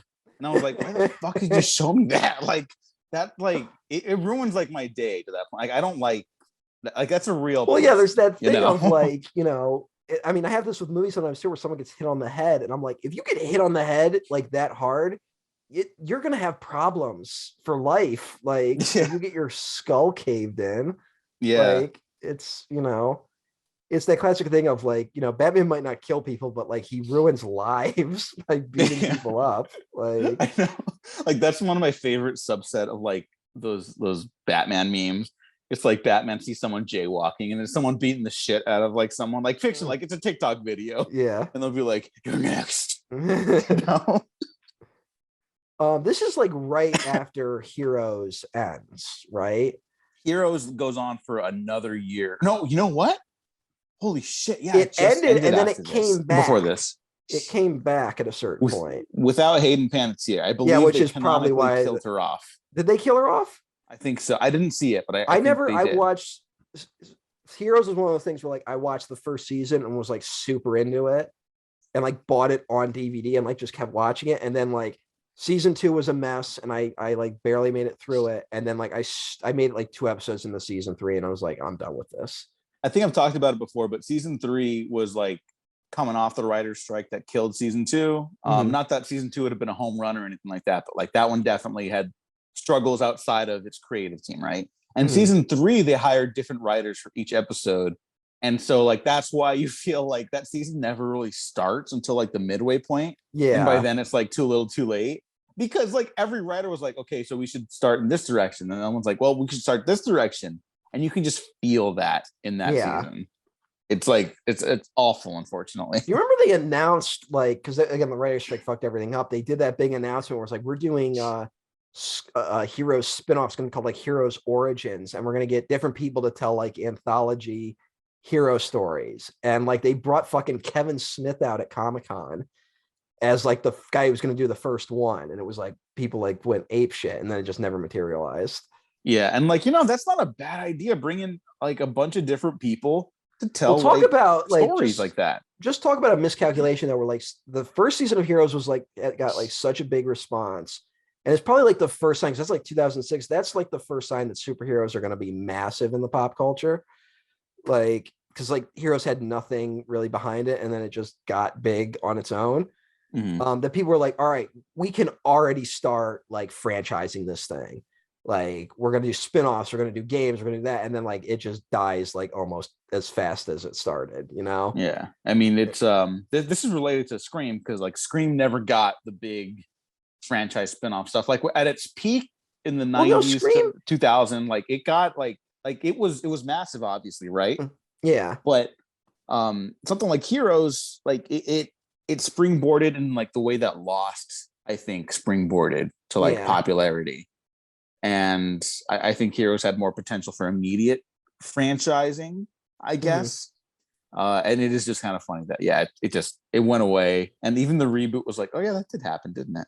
Well, Scream has quietly been like a pretty solid franchise. Like even with this one kind of not doing very well, they did do 2 seasons of a TV show, which we won't be covering. Yeah. Like it is big. I don't want to downplay that. I mean, it kind of has a Hannibal arc, you know, like where there's like a good handful of movies and then like a TV series. So it's interesting. Hayden Panettiere. Do we have any more? Or well, she was also not only was Scream. I mean, Heroes a big part of my my life at the time. She was also the voice of fucking Kyrie in Kingdom Hearts. Wow, that's right. And oh my god, she is no longer the voice of Kyrie. And I can't remember. Did they? I don't think they. I think she might just be fully like, I'm not doing anything anymore. Like, because I believe everyone else is still the same. Yeah, like Riku maybe is still the same, and Haley Joel Osment is still Sora. So, that's great. I actually didn't know that. That's great. Yeah, it's a little weird. I gotta be honest. Like, I kind of wonder, like, maybe you should recast him because how old is Haley Joel Osment now? Haley's like 33, and Sora still kind of talks like a teenager. And it's a little weird hearing a 33-year-old's voice doing Sora. But hey, a lot of problems with those games. No, they're actually perfect. Another problem. Hey, Dan Doherty, you coward! You fucking tapped out, like barely getting into Kingdom Hearts 1. Oh, what? Dan, why? It's like back in the day, like he posted that he had bought the complete collection for Kingdom Hearts, like, because it was on sale. And it was like, I'm like, do you have any idea what you're getting into? And like, I think he made it like a little bit into 1, and it was like, clearly I don't, and then tapped out. No, the first one's the best. Here's the thing, the first one's really good. Like the first one's genuinely good. I will say that, like, I don't think he got past. I don't even think he made it to like Traverse Town. This is really enjoyable for everyone listening. Like that's like when it really takes off. It's a little slow at the start, but it takes off after that. You don't need to play the sequels though. Like no, Kingdom Hearts 2 rocks. Now Kingdom Hearts 2 is kind of a mess. It's I'm sorry, not to, I don't want to be a dick about it, but and yet here we are. Kingdom Hearts 2 has like the worst pacing of any video game I've ever played. It's a little wonky, but it rocks. I feel like there's a very obvious setup for the plot in that one that they just didn't do, and I want to go and like just punch someone at Square Enix for not doing it. No, like, I need to play more of 3. I only played like the first hour. Now here's the thing. Here's the fucking thing. The first Kingdom Hearts game is really good because you're going to the Disney worlds and it's either events before or like during the movies, right? And a lot of what's happening is like the events of the stories are getting kind of fucked up because you're interfering with them, you know? Like the second one is literally you just going like, well, let's go to this planet. Well, there's Heartless here. Let's take care of it. All right, bye. And then the events of the movie just play out unchanged, you know? Like nothing really, and you have no bearing on any of it. You're just kind of showing up and watching the movies play out and then occasionally fighting through enemies. Well, it's because you're saving the universe. Yeah, but you're not really. Like, and then the fucking way that game's structured is then you get to that midway point and then it's like, all right, now you have to go to every world again. Yeah. Well, don't you do that in the first one too? You don't have to do it in the first one. Okay. You can go through it with only stopping once, but like to get like bonuses and stuff, you have to stop, I think, at least twice. Okay. But the second one is entirely built to like basically just double the length. And it's just that I feel like, and I'm glad everyone's getting my Kingdom Hearts hot take in the middle of all of this. I know. The first game is like, you know, like you get summons. Remember you get summons in Kingdom Hearts? Yeah. And you can just summon Disney characters. And they say to you very specifically that these summons are characters that survive their worlds being destroyed, right? Which is like pretty dark and grim. But you get like Simba and shit, and then you go to the Pride Lands in Kingdom Hearts 2. The plot of Kingdom Hearts 2 should have been like, okay, we stopped the threat of the Heartless, we've restored the worlds, but now we have to return these characters to their worlds, like, and that could have been a good plot to kind of get you back into it, right? And you could have hit basically all the same worlds, because one of the summons was Mushu, so you could go to fucking Mulan world. You team up with Beast at a certain point, even though you're not in Beast Hollow world. Bastion. Is that the one? That's where you meet Beast, but he's not from Hollow Bastion. That's right. He's from like, generic French castle land. No. That's what the plot of Kingdom Hearts 2 should have been, is about restoring the worlds. And then you go like, oh, and then Organization 13 is here, and they're actually the real bads. And then maybe you could explain what the fuck Organization 13 was a little better. Yes. Also, as a kid, I played Kingdom Hearts 2, having not played Kingdom Hearts Birth by Sleep, which was the Game Boy Advance exclusive. I also did not play it before that. Yeah. Which until like recently, it like cost a lot of money to buy it on Game Boy. I think now with the multiple re-releases, it's back to being like $15 to buy it used. So that's a win for me. But so there is my Kingdom Hearts hot take. And then Kingdom Hearts 3, I got burned out like halfway through and never finished it. Oh, okay. And I burned out at the exact place I always kind of burn out, which I burned out in 2, which is Pirates of the Caribbean World, which I do not find a ton of, which I don't really like. I feel like there's nothing worse than watching someone doing a Johnny Depp impression. Doesn't he voice him in Kingdom Hearts 2? No. It's if it is, he's fucking phoning that shit in. Well, speaking of phoning it in. That was before he was phoning it in. No, 2011. Right. Oh, no. Sorry. I'm looking at the Scream 4 date again. Yeah. No, you know why? Because Pirates of the Caribbean 4 came out this year. Yeah. But you know what? He's still okay in Pirates 4. Like, that movie's bad, but he's okay in it. Yeah, I don't know. That movie's pretty bad. Oh no, it was Kingdom Hearts Chain of Memories. I got the names confused for a second. Oh, okay, good. Yeah, because the anime nerds are probably in the comments. Yeah. Then there's Chain of Memories.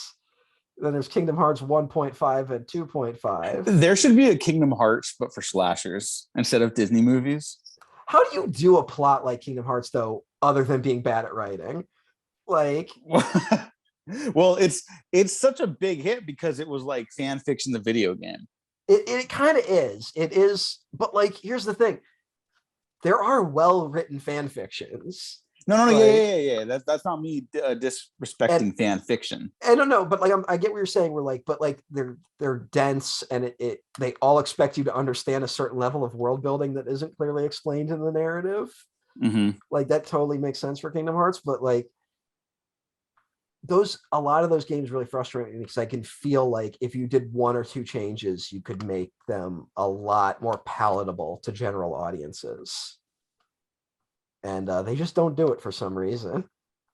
But that's been a lot of Square Enix stuff. Like, that's been the complaint about the last 2 like Final Fantasy games. Yeah, I missed the recent ones. Yeah, well, you don't need to play them. Ever, it's like 1 through 12. Those are the good Final Fantasy games. Well, I still need to play Resident Evil 8. I made a promise that I would stream my playthrough of Resident Evil 8 because I love Resident Evil 7 so much. So I finally got a new setup, so it'll happen. I'm still working on my setup, so I won't get to that. Although fucking all my shit's all fucked up. I'm building my ultimate game room though, so. Okay.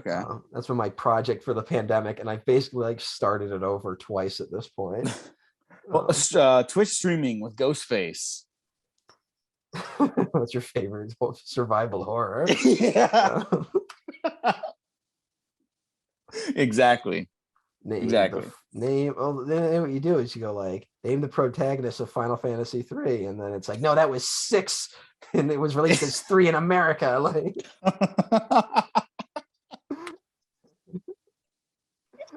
Well, okay, let me fucking weeb ghost face. Yeah. That's what they should do, you know. There should be the anime slasher.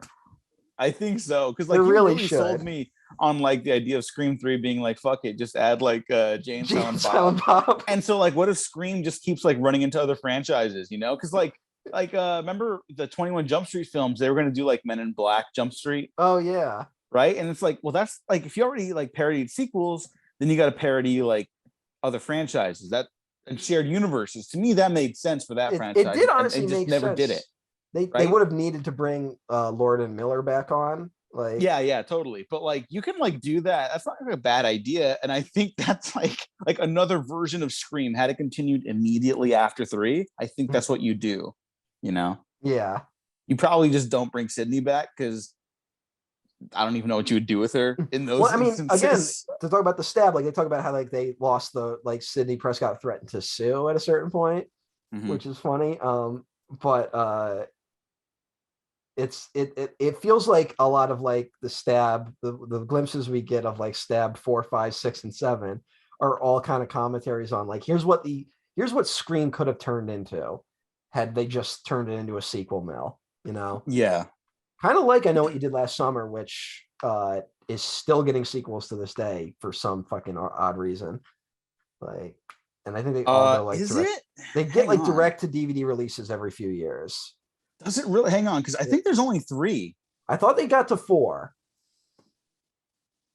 No, they got to I'll Always Know What You Did Last Summer. They got no 4th one. Have you ever seen I'll Always Know What You Did Last Summer? No, I haven't, but they did a TV series.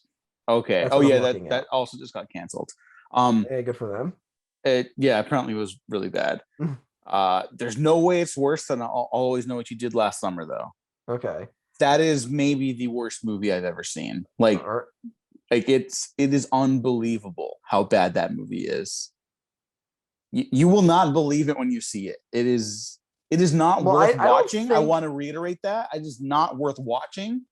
It is just shocking. It's like, wow, we can like fuck up humanity with this.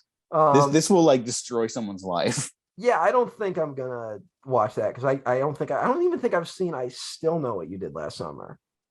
Hey, if you like the first one, check it out. But if I did not like the first one, so then don't do it. You know, like, and I'm the type of idiot who will like hunt down like bad horror movies and bad sequels.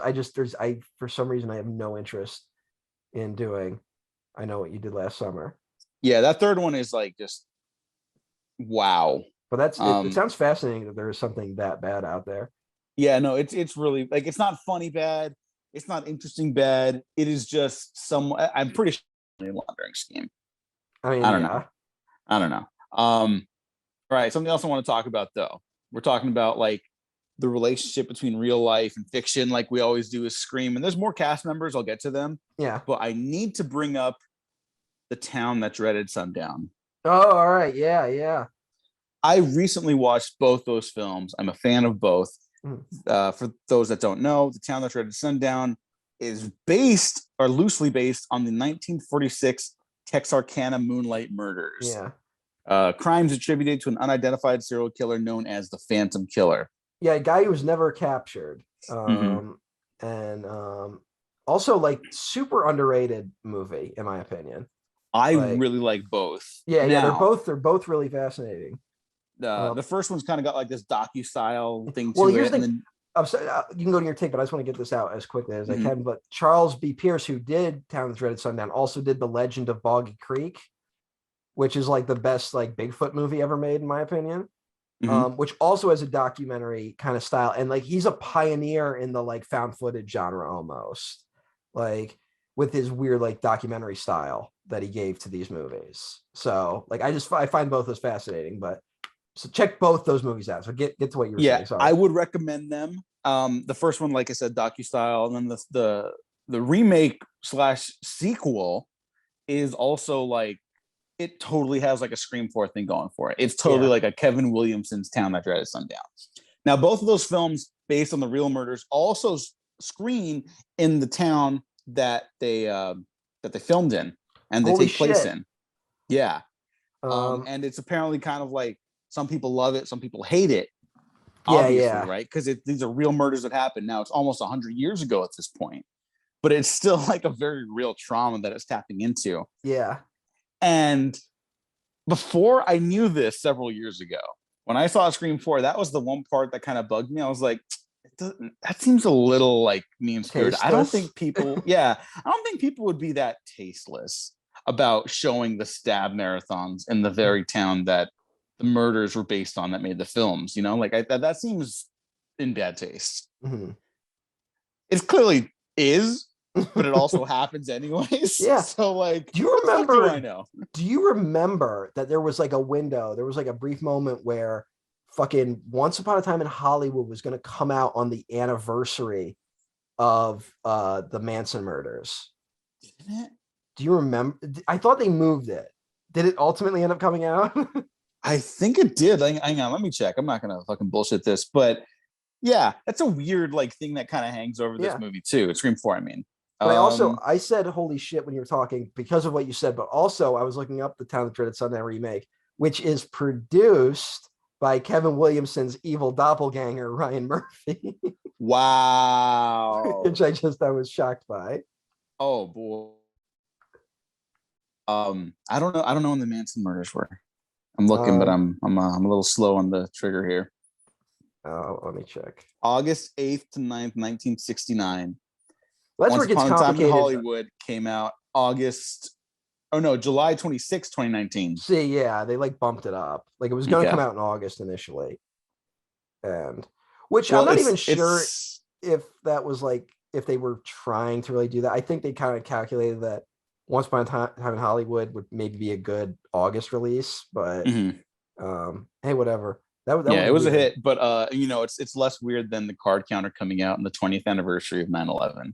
Oh yeah, that's interesting. Yeah, I talked to a guy recently who fucking hated the card counter. I mean, it's kind of like an ugly looking film.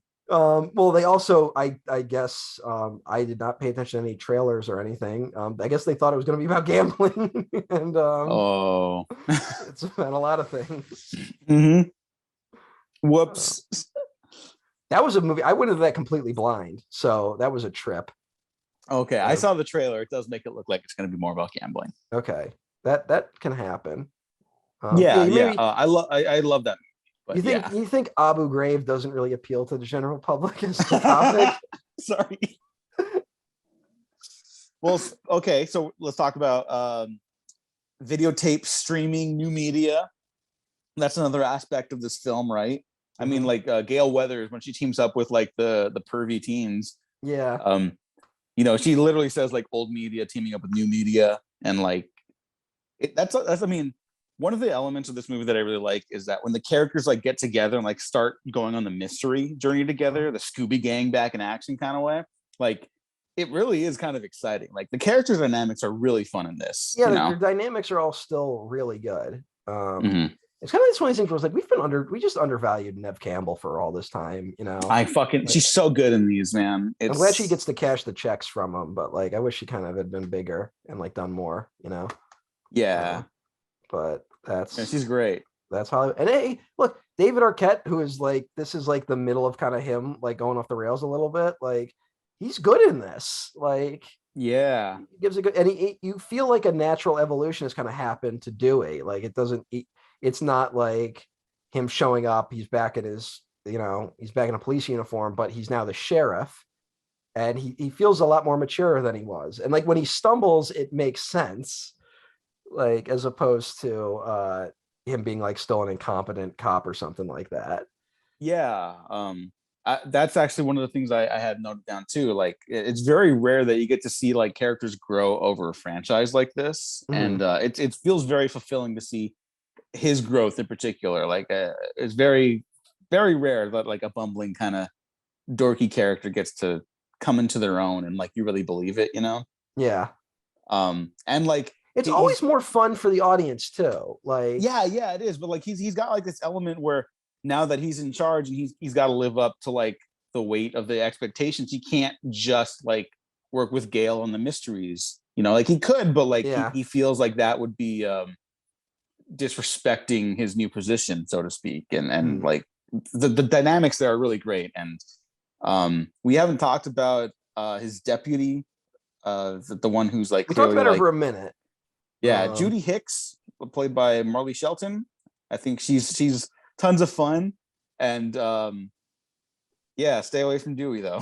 I got a little nervous with this character because she is kind of like a competing like woman, you know, like I was a little worried that like she would be a problem. And I'm not gonna say she was like greatly written, but it didn't go in directions that I got a little worried it might go. No, well, in the opening scenes, I feel like they kind of found the character maybe in the edit of this one. You know? Like maybe it wasn't great on the page, but like they pulled it together by the end of the film. Because like I didn't like her in the beginning of the film. I think her first scene in particular is like very like temptress. Yeah, and it's like that's not like a great role for a woman to have on a film, unless you got some real meat on those bones in the screenplay. And I feel like they found the footing with the character later. It feels like they got her to kind of be like the shadow of Emma Roberts a little bit. Because like they're both two characters that like they'd be like, man, I wish I could just be a part of this story. And Judy becomes a part of it by like being a hero by the end, you know, like she comes and helps. And Emma Roberts gets fucking her brain fried. Yeah. So yeah, so I feel like there's a little bit going. That's one. Judy is going to be a character I want to pay attention to on rewatch a little bit, because I was kind of constantly like worried about how they were going to handle her. You know, I had totally forgotten it was Allison Brie as Sydney's publicist. Yeah, and she's kind of like the, or at least in terms of reboot stuff, she kind of seems like the new Gale in a way. Little bit, yeah. Like kind of cutthroat, and I think she even says like she looked up to her or whatever. And Allison Bree's great. Another actress that kind of feels like they haven't gotten where you'd expect them to be at this point, and she's in the middle of Community during this. Well, here's something weird. You can say that about Allison Brie, but she was on Mad Men. She was on Community. She did BoJack Horseman. She did Glow, which was a pretty good show. Like she's had more like good TV series than a lot of other people. She's been like great in TV. Okay. Maybe I'm not giving her the credit she deserves then. Yeah, she has struggled to like make the leap to film in like a big way. Like there's been a few like she's Princess Unikitty in the Lego movies. Oh yeah, which is fun. Yeah, that's great. But she was like she did Horse Girl. That was like her big vehicle like recently.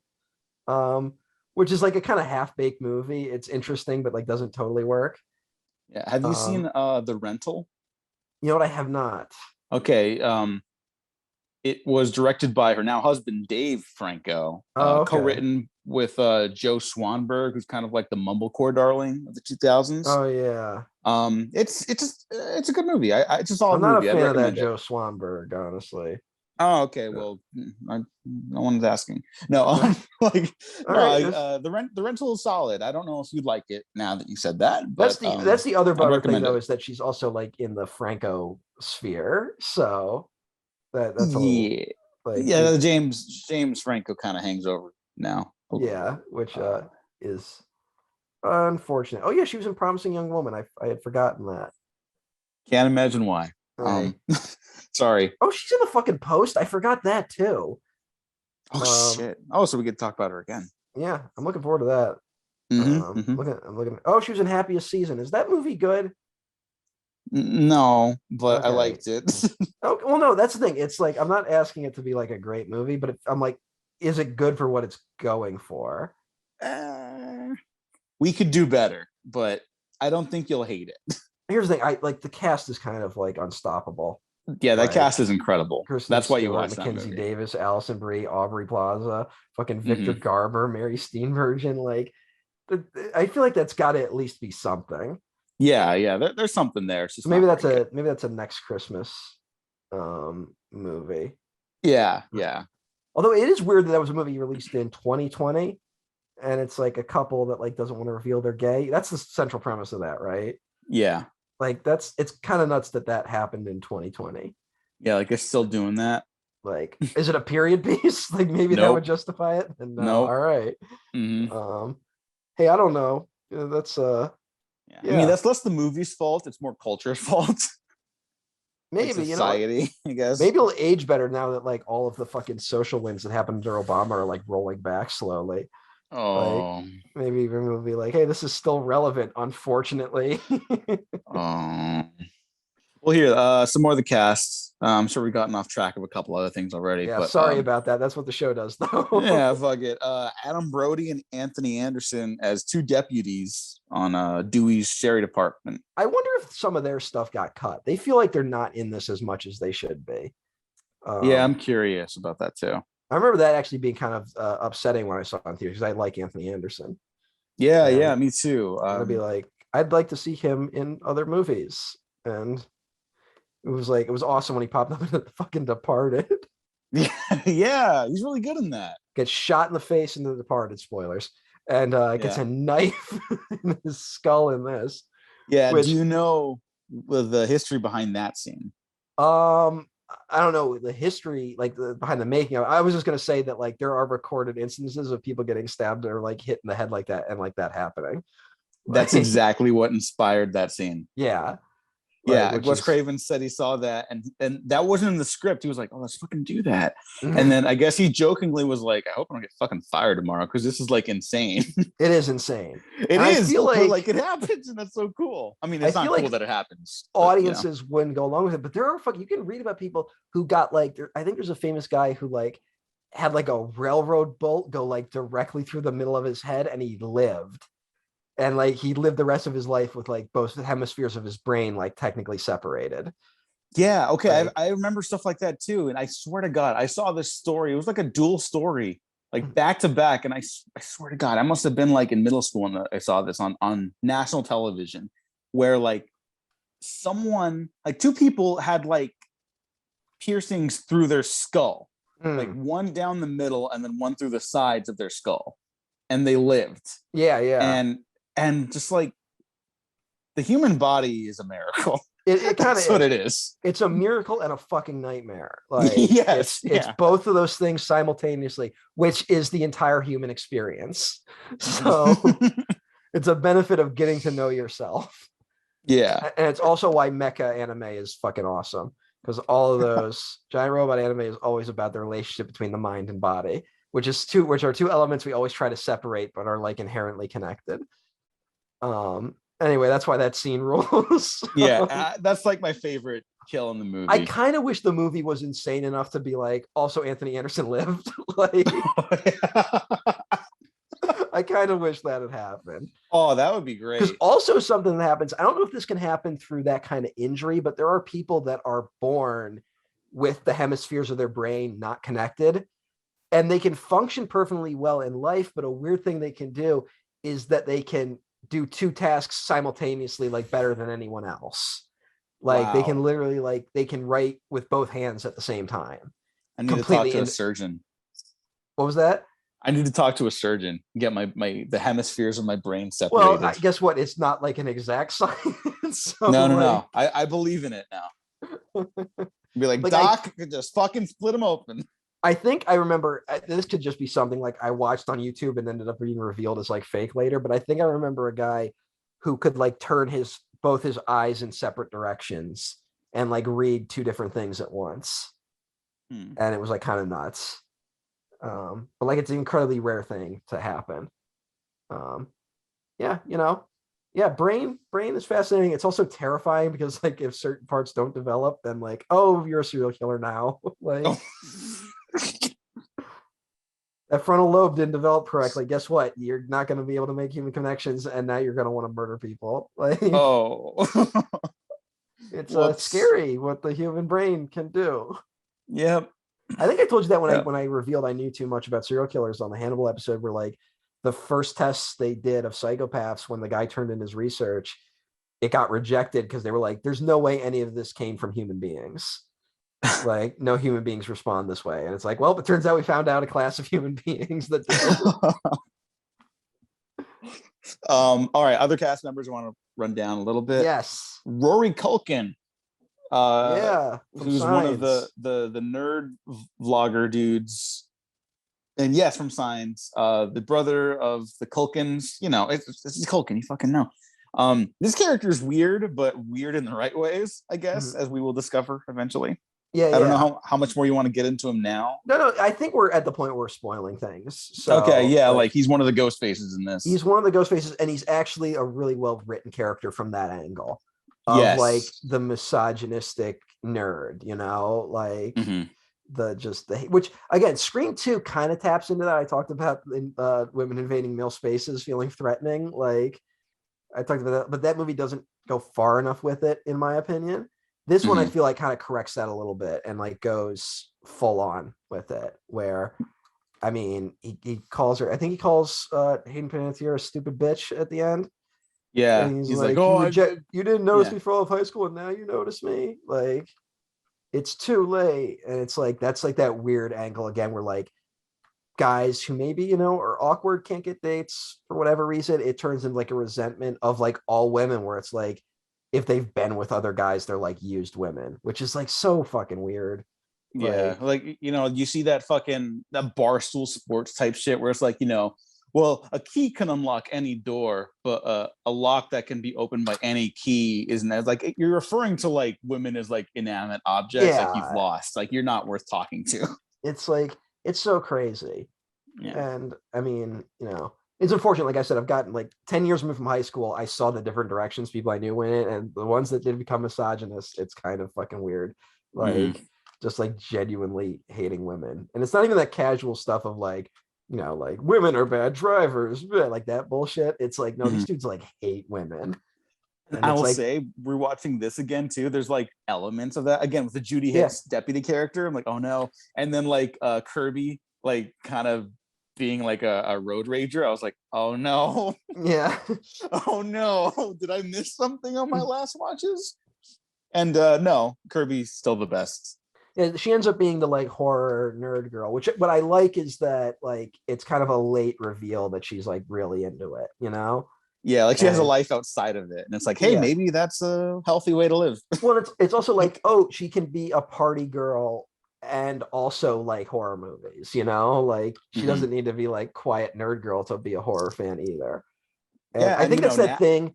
I think that's why like men had like certain segments of the male population had such a negative reaction when like nerd culture kind of went mainstream, and like, you know, it turns out like, you know, women who also have like developed personalities outside of their nerd shit are also into it, because there's kind of that, if you're a nerd, you kind of go like, oh, it's not like I can be doing more about other angles of my life. Like there's kind of a wake up moment. And I think some guys don't want to confront that totally. They want to admit that the reason why they are where they're at sometimes is not because they're nerds, you know, like because it's the cinema club angle of this is fascinating in general.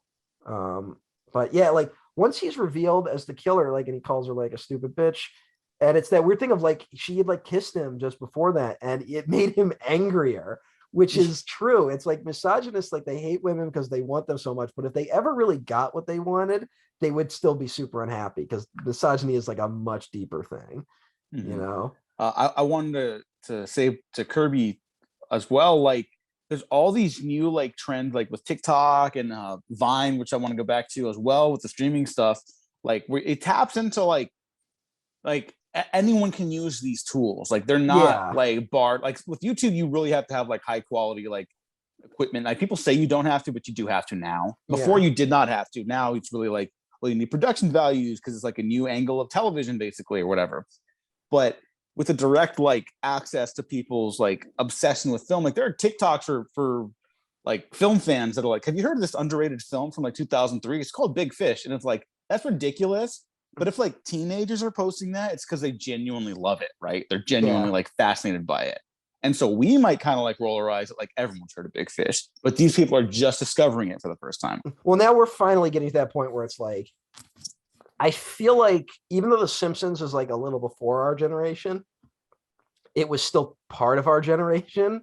And I feel like that hasn't carried over to Gen Z a little bit. I don't think The Simpsons even though like we grew up in like the quote unquote bad years of The Simpsons, like the good episodes were still on TV all the time.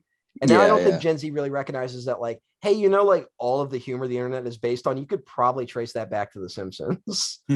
Like, and that it was like this important, and like it's weird. It's part of us getting older, frankly. Like, there's nothing wrong with that. But it is interesting watching, like, and hey, I hope TikTok, I wish I could like hack the TikTok algorithm to be like, hey kids, like Manhunter, like, and then I just make Manhunter popular among Gen Zers, Yeah, I know. Like, I've kind of like avoided TikTok, but I'm kind of like, maybe I don't know. I just like recommending movies to people. Maybe I should do that at some point. Thing. It's one of those things where it's just like, I am older than this stuff. Like, and I'm not even trying to say that as like a cynical thing. It's like this should just be a area of the youth, Yeah. Like I've thought about it, but I don't think that's something I'm into, but like I have like the fact that I've thought about it just is like, it's exciting to get involved in that. And this film has another character played by Eric Knudsen, Charlie, the other ghost face dude. His best friend name's Robbie Mercer. Yeah, who's like streaming constantly. Yeah, and it's like that is something people do. People just vlog their whole lives basically. Yeah. And I'll be honest, this feels like it has a better grasp on that attitude than a lot of other films. Like I always think of like the really tired joke where like something's happening in a movie and then suddenly all the millennials like pull out their cell phone and are like live streaming it, right? Like, which is it like kind of doesn't get live streaming culture when you do the joke like that, Yeah. Whereas this guy, it's like this dude is literally filming everything he does. It's just like the stuff that goes viral is like someone who was doing that and just one day happened to film something interesting. Like, I always am worried.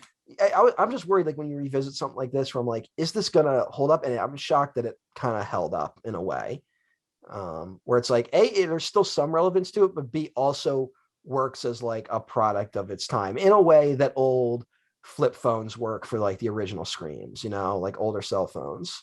Yeah. I also want to shout out Eric Knudsen because you know what else this guy was in? You're gonna tell me. Saw 2. Oh yeah, he's the fucking kid, right? Yeah. And one of my problematic faves from back in the day, the CBS series Jericho. I know, I never saw Jericho.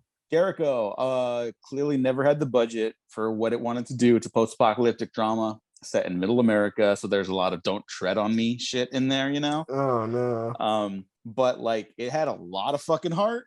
Skeet Ulrich is in it and he's great in it.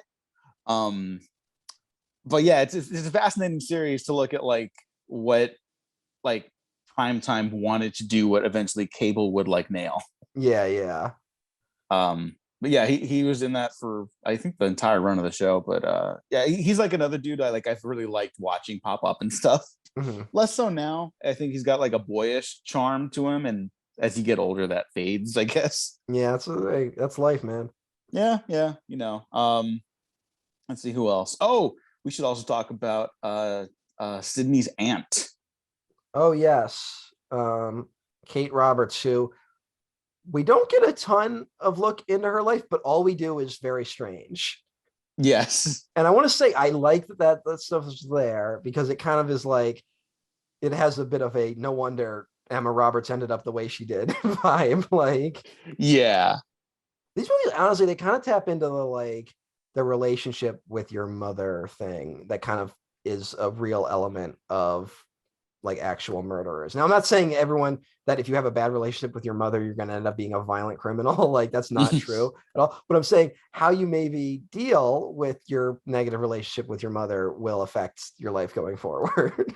Yeah. So, but it's interesting that's a recurring thing in a lot of the Scream films, is mothers.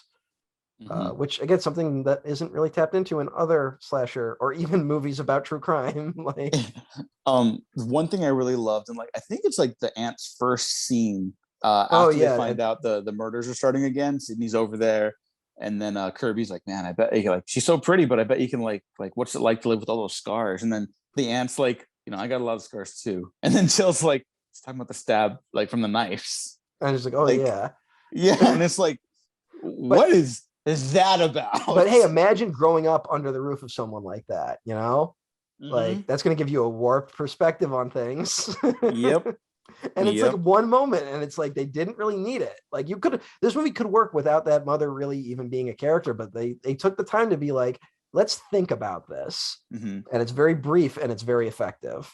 And that is another scene that builds character, but also works as a red herring. Yes. And this film keeps doing stuff like that. And that's why I think it's like easily the best of the sequels, on par with the first for me. I totally love it as much as the original Scream. The original Scream might just be top dog because, like, how do you build? Yeah, that's the problem. It's like that's a perfect movie, but this is easily a second. Like, yeah, this one for me anyway. Yeah, and it's just there's constantly like this great build of character with the red herrings. The way it predicts shit. I mean, like the way Jill talks about like her motivation. Like at the time, I was kind of like, this is a little goofy, but like Scream's kind of a comedy, so whatever. And now I'm like, no, this is scary. Where Sydney's like, how could you do this to all your friends? And she's like, I don't need friends, I need fans. Yeah. And people do crazy shit on the internet now to like kind of get attention. It's the weird like moth of like, I mean, it's the weird moth of the flame of like fame, you know, which I think is one of the most detrimental things in our society is like the ideas of fame and celebrity. Like, and I mean, unfortunately, like I can actually bring this back to when we were talking about TikTok. I think people like will weaponize this genuine problem to just kind of hate on things women do sometimes, you know, because like women tend to be into like lifestyle blogging. At least they get promoted as such online. I don't want to like essentialize it too much. But it's like, no, this is like a capitalist flaw. Like celebrity wouldn't exist as much in like a non-capitalist society. Like, and it's, I wish people could understand, like, no, like fame is the issue. It's not like these, because you see people kind of shit on TikTokers who are like doing things because they want to go viral, they want to be successful, but it's like there's a whole lot of other factors that are driving it that are bad. And like this is just that taken to the logical extreme, you know, of like, I mean, the end of the movie is the news talking about how heroic Jill was as the sole survivor. Yeah, which is like, it's like a perfectly ironic ending to the franchise, in my opinion. The franchise. Great. I mean, again, no shit talking the new one. I'm just saying that's why I'm so hesitant. Yeah, the new one could be good. Here's the thing: the new one could be good, but even if it's not, or like if it's just okay, like I could totally just be like, yep, the Scream 4, like that's it. That was the franchise. Yeah, and I'll be so much is ignored that was established in Scream 3 that it feels like you could almost just do Scream 1, 2, and 4. Like. I'm not going to go that far because I do like Scream 3, but like if I had to be like, what's the trilogy here? It would be Scream 1, 2, and 4. I you know what? We were kind of talking shit. Like, do you really need Scream 3? I think for plot, you don't, but I think like the interest of theme, I would still include Scream 3 because it's about the movie making themselves. There is definitely that, but I think Scream 4 does a lot of that stuff better, in my opinion. With like the live streaming stuff, it takes it to like the next version of that. And by the end, they're literally talking about how they're going to edit the footage and all that shit. You know, like it's straight up making movies. And I mean, in this movie, we don't even have to talk about it that much. But there's the Rear Window murder, which we really like. That's a really good sequence. Yeah, that one fucking still like hits really hard though, because like poor the girl aftermath gets fucking butchered. Yeah, the aftermath is like really just unnerving. Yeah, and what was I gonna say? That I mean, it's directly invoking Rear Window, which is like a movie about watching movies. Like that was Hitchcock's whole fucking thing, you know? Yeah, like, and that's why everyone likes that shit. Like film nerds, especially. It's like all voyeurism and shit like that. Yeah. And it's just that's like this whole movie. I mean, this whole movie does the gag of like people watching a movie while we're watching a movie, while they're watching a movie, while we're watching a movie. Like there's so many layers to it that it might have just been like scatterbrained writing that just like accidentally formed something interesting, but it doesn't matter. Like it's because either way you get, I think there's a lot to all of this. And then they're watching a movie, watching the movie about watching the movie. I mean, it's funny that in the morning, Charlie Kaufman. Oh yeah, but I mean, also like in the Rear Window scene, they're watching Shaun of the Dead, another like self-referential like zombie movie, and I mean that might have just been there probably because Wes Craven was a fan. Yeah, a lot of But- the older horror dudes really liked Shaun of the Yeah. Dead, and I like Shaun of the Dead. That's not Well, because Edgar yeah. Wright, like now everyone hates Edgar Wright, but like he was one of the first guys to be like, we don't give the horror guys enough credit. Like he was out there kind of singing the praises of like Carpenter, Craven, John Landis, but like there was kind of a lot of that at the time, and yeah, I think it makes sense that he kind of he would like the movie, but again, another meta movie in a very meta film, you know. Also, like I think Shaun of the Dead was also the thing of like you hear the title, you're like, okay, zombie parody film, and then you watch it, and then you're like, wait, is that actually like a good movie that is saying things? Yeah, I mean that was like that's the thing that made everyone love Edgar Wright. It's like, oh, he loves these things. That was Edgar Wright's hat trick for a while, is that like it on the surface, it's like, okay, he's doing a parody of the genre, and then you watch it and you're like, no, wait, he's actually doing more with that. Yeah. And then I don't know, I guess now that they're not comedies, people are like, these movies aren't about anything interesting. Yeah, like, you know, Baby Driver is one of the most canceled movies ever, but like, I don't know, there's still like good like technical qualities in it. Baby Driver's a good movie. I don't yeah. get people are fucking say it's not, are insane.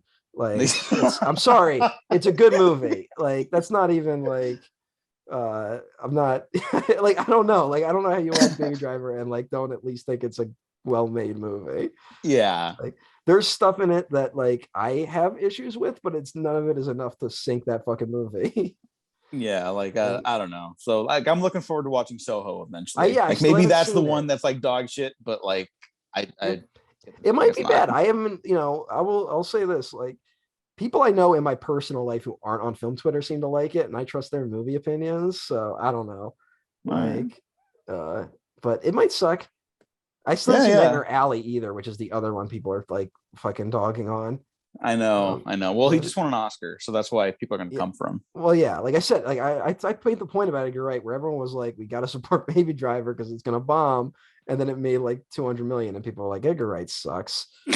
I'm just like, that's a little like transparent. And hey, you know what? You might have legit reasons for not liking Baby Driver. I don't understand you, but fine. Like, yeah, like maybe you met Ansel Elgort in person. I get that. Yeah, man, maybe you dated Ansel Elgort. Like, yeah, I can understand if you're not. No, Baby not Driver. even dated, just met him. Yeah, like, or we're in the vicinity of fucking Kevin Spacey for like 5 seconds. Like, oh god, waited on him at a restaurant. And he was really obnoxious.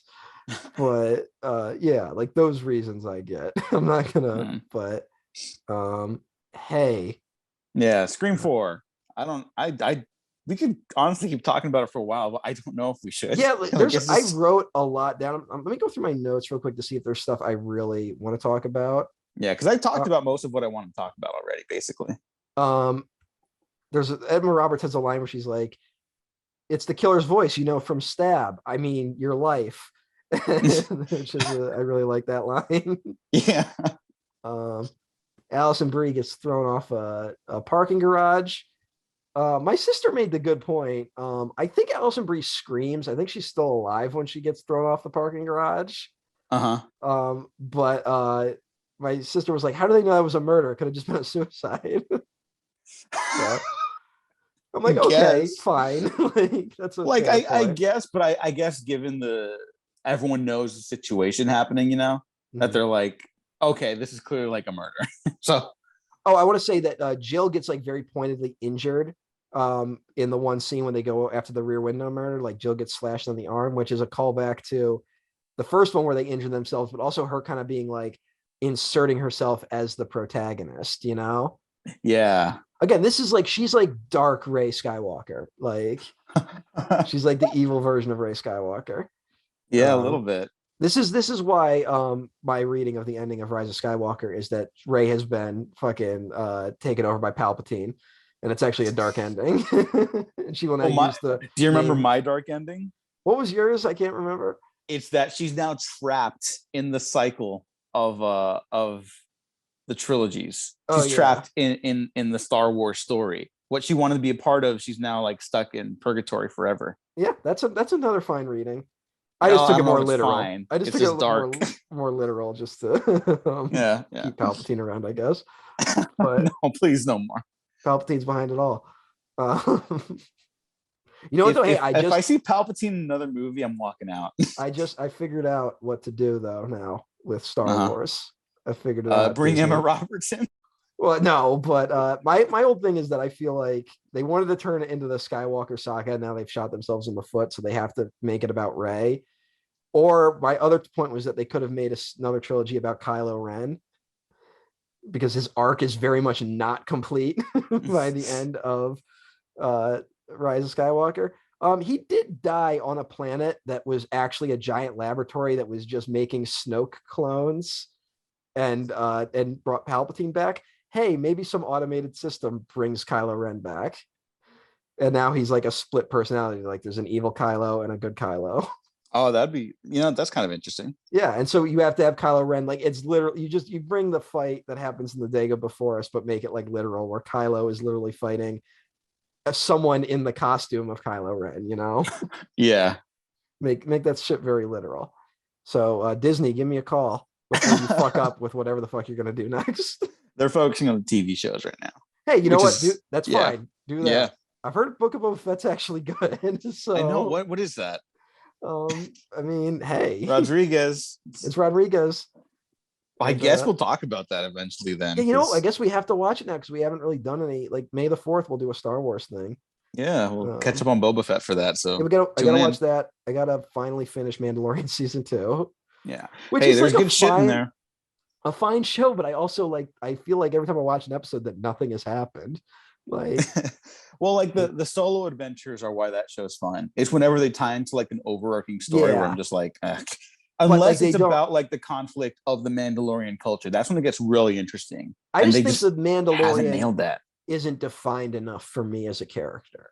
Like, I agree with that. I need a little more to him if you're going to do the episode by episode stories. Yeah, no, I completely agree with that. Like, I mean, I've talked about it a bunch in the Mandalorian show itself already. Go listen to the recaps I did with Gene and a bunch of other wonderful guest stars. Because I vent my frustrations, and I guess who really wasn't invited. Well, you weren't watching it. Yeah. There you go. You could recap your stuff when we do Boba Fett. Yeah. But Scream 4 is better than all of this. So all this is just weird, where it's like Scream 5 on the horizon, and it's totally coming in the wave of reboots. You can trace it back to Halloween, but you can also trace Halloween back to Force Awakens. So it's so weird when it's like, this is a movie that predicted Force Awakens. Yeah, I mean, in the promotional run of Halloween 2018, David Gordon Green was talking about the process with just the writing and the producing side of it with Jason Blum, where they're like, we can approach this like two different ways, a darker capacity, or we could Force Awakens it and kind of re-outline the original film and then do something different with it to lead into a trilogy. And they chose the Force Awakens route, and I still think that worked really, really well for the first one. Here's the thing. Force Awakens works. Like, I know like everyone's kind of like lukewarm on it now because of like all the other fucking bullshit, which I totally get, but it works as a structure. Like, it makes sense that it became the copied thing. It works a lot better than the like, let's just remake it route, Yeah. And, like when you have like normal people who weren't into Star Wars before loving Force Awakens and getting excited about these new stories with these new characters, that's how you know it worked, at least on a general consensus scale. Yeah, I'm not going to say it's high art, but I'm just going to say it's functioning. I would argue that's how much I like Force Awakens still. I would argue that. Yeah. And it's just, it's the problem with it, I think, that has been exposed is that if you do a soft reboot like that, it really matters what the sequel is. And unfortunately, that's been kind of the problem going forward. I mean, you have to Creed might be like you could make an argument that Creed is the best Rocky movie. Like, I could see people making that. And that's a total like Force Awakens like generation reboot thing, Yeah. And like you mentioned, like the sequels have to like you have to be really careful about what you do there. You also have to commit to your story. Yeah. Which I will give credit to Kevin Williamson, among many other things we've given him credit for, because he's constantly asked about like, is Randy going to be in the next one? And he made a statement. I have it in my notes. It's not verbatim, but he was saying that like, I would love to bring Randy back because he loves that character, but like that would be a lie. that would be false to the narrative of the stories, and like he's not going to do that. So like that's not like a high bar to cross for storytelling, but it seems like one now with franchises, and he got it like over a decade ago. So shout out to Kevin Williamson, who's apparently a very nice man. I've heard he's quite kind. That's good to know. Yeah. And Wes Craven. I've heard he was a sweetheart. People seem to adore Wes Craven. Like, the people that worked with him are always like, I loved working with Wes. Like, so God bless you, Wes. Yeah. I think you know how everyone says films are lesser without him. You know how when a comedian dies, some idiot is always like, "You're up there making God laugh right now." Like, what if all the horror guys are going to heaven and like just scaring the fucking shit out of God? Like, And God's like, please stop. Please stop. What is also like up there being like, holy fucking shit. Like, what? Like, what have I done? Yeah. They're like fucking David and Alien Covenant. Oh. Yeah. Had to go there. Why, man? Because it's good. This is better than all that shit. Scream 4, I like Scream 4 better than the Alien prequels. Scream 4 could fucking just dunk on Alien Covenant, Prometheus all fucking day long. I don't know about that, but I do like fucking it more. All goddamn day. Yeah. Here's the other fucking problem. Here's the fucking problem now. Because right now Prometheus and Covenant are only defended by weirdos like Diego. So like it's all a bubble that just exists on film Twitter. But now they're going to do that stupid Alien TV show that's going to be about nothing. And because it's about nothing, people are going to be like, actually Prometheus, and then I'm just going to have to just kill everyone. and I don't want to do it. I'm bringing it up. Anyways, I'm going to my grave saying that Scream 4 is the best sequel and probably a masterpiece. It's a great film. It would be cool if the new one was good or better, you know? Like, I don't think it will be. That would be great. That would be fantastic. You know, I really did like Ready or Not a lot. Yeah, I did too. Yeah. Which makes me feel like I'm just going to get like a decent slasher film and not like a great movie. But I mean, if that's the case, I'm like, okay, that's not the worst thing that could happen. Oh, we should. A few other things to talk about is just I like this Stabathon sequence, which is deliberately a bigger version of the party scene from Scream 1. Like they even say it later, but also the roles are reversed with Dewey and Gale. Like Gale gets injured and Dewey comes to save the day. Yeah. So. There's a lot of that where it's like, oh well, the reboots you got to show like more grisly side of it. Like it kind of takes a thing from the sequels version of Scream 2, where it's like you have to do it bigger and uglier. You know, and this one, you know, like we just talked about Allison Brie getting thrown off the fucking roof of the hospital. Like that's a pretty gnarly death. Yeah, that's pretty. I mean, that character was a little shit. But like, good lord. Also, she admitted she didn't read the books, which is also kind of a sign of like, hey, you kind of made your own grave. Yeah. And so like that's one of those things in the film where it's like, okay, you think this character is going to be the new version of this? Actually, she's dead now. And the fucking kid Robbie with the video cam is like, okay, this is the new Randy, and he's dead now. And there's the other line. Rory Culkin's character says the only way you can survive in a modern horror film is to be gay, which is a hell of a line, and also like a weird like, you know, if you talk to maybe some of your relatives, you try to talk to as little as possible. And they go like, I don't understand why this bad movie that I liked got bad reviews. I bet you if they had put a gay person in it, Hollywood would have loved it. Which is a take I hear often lately. Oh. And I'm also like, what fucking world do you live in where like gay equals big box office? Like, yeah. It's like, yeah, I bet you if the character had been transgender, they would have liked it. And it's like that's. What are you talking about? Like, also, that line doesn't work. Oh yeah. Well, that's the other thing is that I think the big thing that Kevin Williamson like keeps trying to underline is that like the tropes don't really matter. Like, he made 4 movies about that, and people are still like, we got to play by the rules. And like every time people are trying to like solve this narratively, and it turns out like you can't really do that. like, which seems to be a nice little fun game. I mean, the cops start talking about cop cliches like just before they're murdered. Yeah. Which is maybe why I'm glad that they don't have more screen time. Like I love them. I would have Yeah, loved like for them now to have anything more, with cops in it now now, I'm it's like Dewey. It's like at least it looks like Dewey may be retired in the new one. So yeah. that'll be unless he's retired because he like committed police brutality, and the movie's going to be about like what a shame it is his life is now ruined. Like Dewey fucking shot a kid. Yeah, it's going to be like fucking Die Hard where he has to learn to murder again. Like, oh my god, no, I would be so torn because I love Dewey. Dewey's like he's my favorite oaf in cinema. But like if he gets like the hero shot, like fucking Sergeant Al Powell on Die Hard, I'll be like, this is weird. I don't want him to die or anything, but like that would be weird. And yeah, if Dewey dies on film, I die in real life, is what I've been saying, which probably means it's gonna happen, but who knows? I don't know. I kind of talked about everything I want to talk about at this point. Yeah, I think I like Emma Roberts' villain speech. We did not talk about Trevor at all. Oh well, yeah, that's why. The kind of like obvious red herring. Like I'll be honest, that guy's it's a fun performance for like a weirdly written character. He gets shot in the fucking head. Yeah, after getting shot in the dick.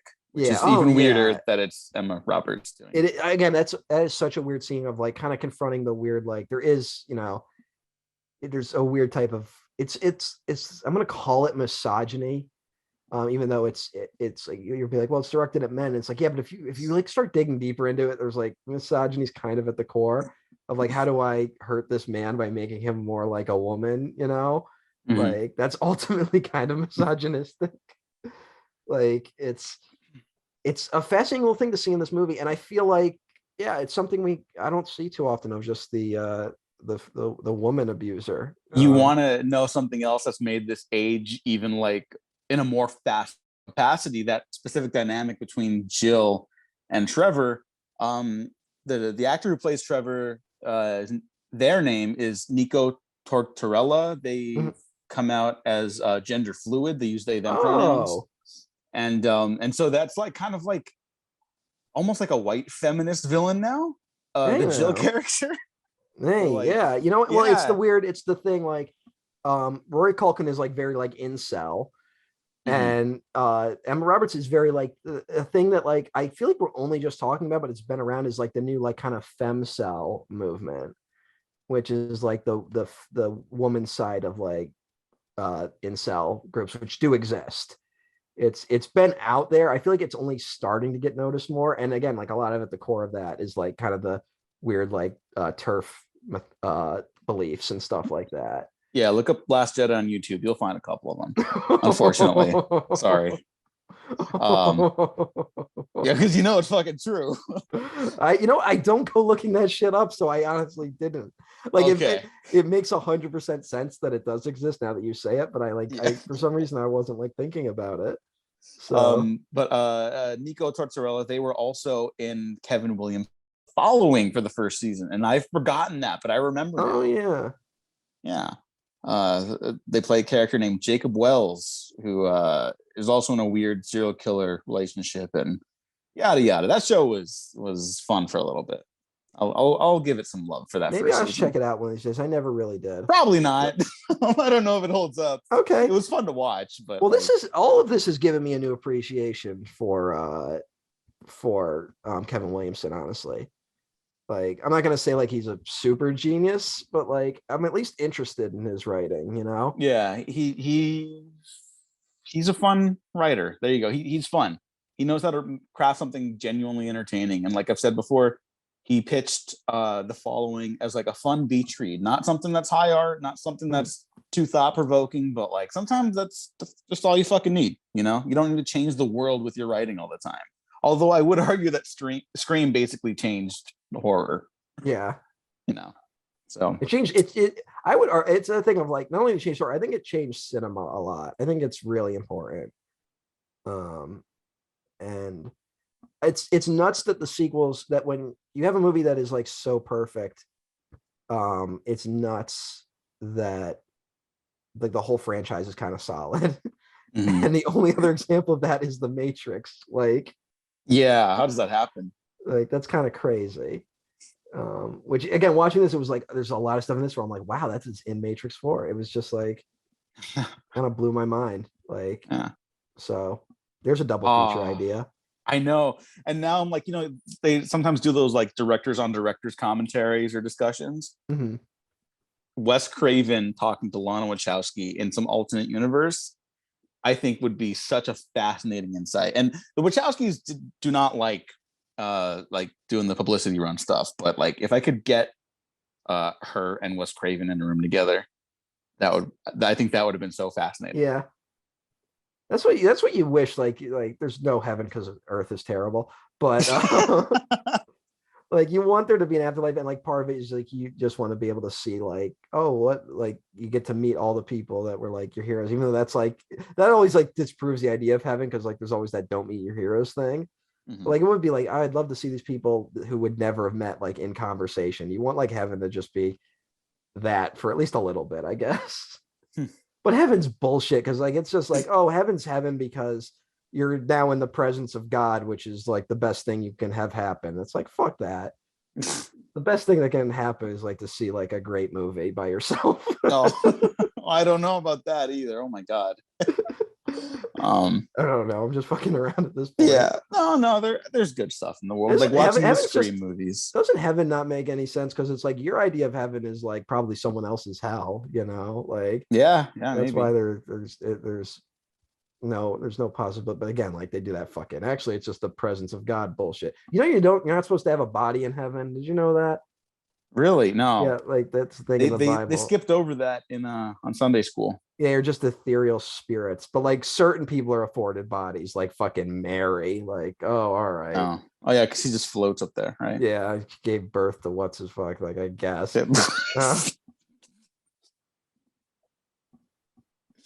The first Son of God. Yeah. Yeah. The second one was, of course, Michael Keaton. I just stole that joke from pretty much it. I thought you were gonna say like Kanye or something for some reason. No, that's Kanye is a fallen angel now. We all know this. He kind of does have a fallen angel vibe. Yeah, he started as Neo and has become Agent Smith. Yeah, you know what? But like the new Agent Smith. Remember Matrix 2, Persephone says Neo was a lot like the Merovingian when he was younger. So there's that angle as well. Yeah, because Kanye's his first couple albums up until like 2016, that's definitely Neo what and Matrix then? And Matrix Reloaded. He died in a plane crash and came back as Ye. And now he's in his Merovingian Agent Smith era. You know what's weird is how the popular conspiracy that like a lot of actors have been like replaced by like robot clones. That's like a very popular one. Like a big cornerstone of that was fucking Dave Chappelle for the longest time. Thank God. Just like why Dave Chappelle disappeared, and now he's like totally been embraced by the right because of all his recent bullshit, and now that's all gone away.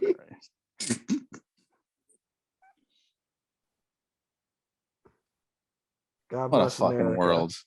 Yeah. I got nothing for that. Scream 4. Go watch it. Scrim.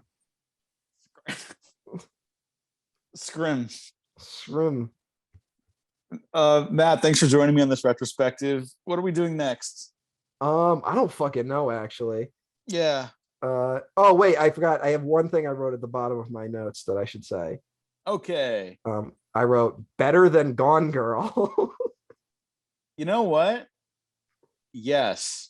Yep. I still like Gone Girl a lot, though. It's better than Gone Girl, though. I love Gone Girl. I like Scream 4 more. So there you go. Okay. Take that, shit, David Fincher. I know. Thanks for Alien 3, your best film. Yeah, that's Matt. Where can the people find you? Well, what are we gonna do next? We gotta think of something. Because I guess we're not gonna watch Scream 5 in theaters. Yeah, like that's got delayed, and then like we have. Well, no, it didn't get delayed. It's just like COVID. Well, no, I mean our show got delayed because of all the shit. Same with Spider-Man. We don't know when we're doing that. Well, here's the thing. Spider-Man comes to VOD on, I thought I was going to pull it up faster. I think it's February 12th. Okay, so I guess then. Sorry, I just didn't expect the yawn right there. Yeah, it shows you how excited I am. No. February 12th? Is that fucking it? What the fuck? Yeah, I don't know. I had heard February, but I can't find anything on it now. So who knows? Who knows? There might be another movie we talk about with No Way Home if No Way Home is not that good.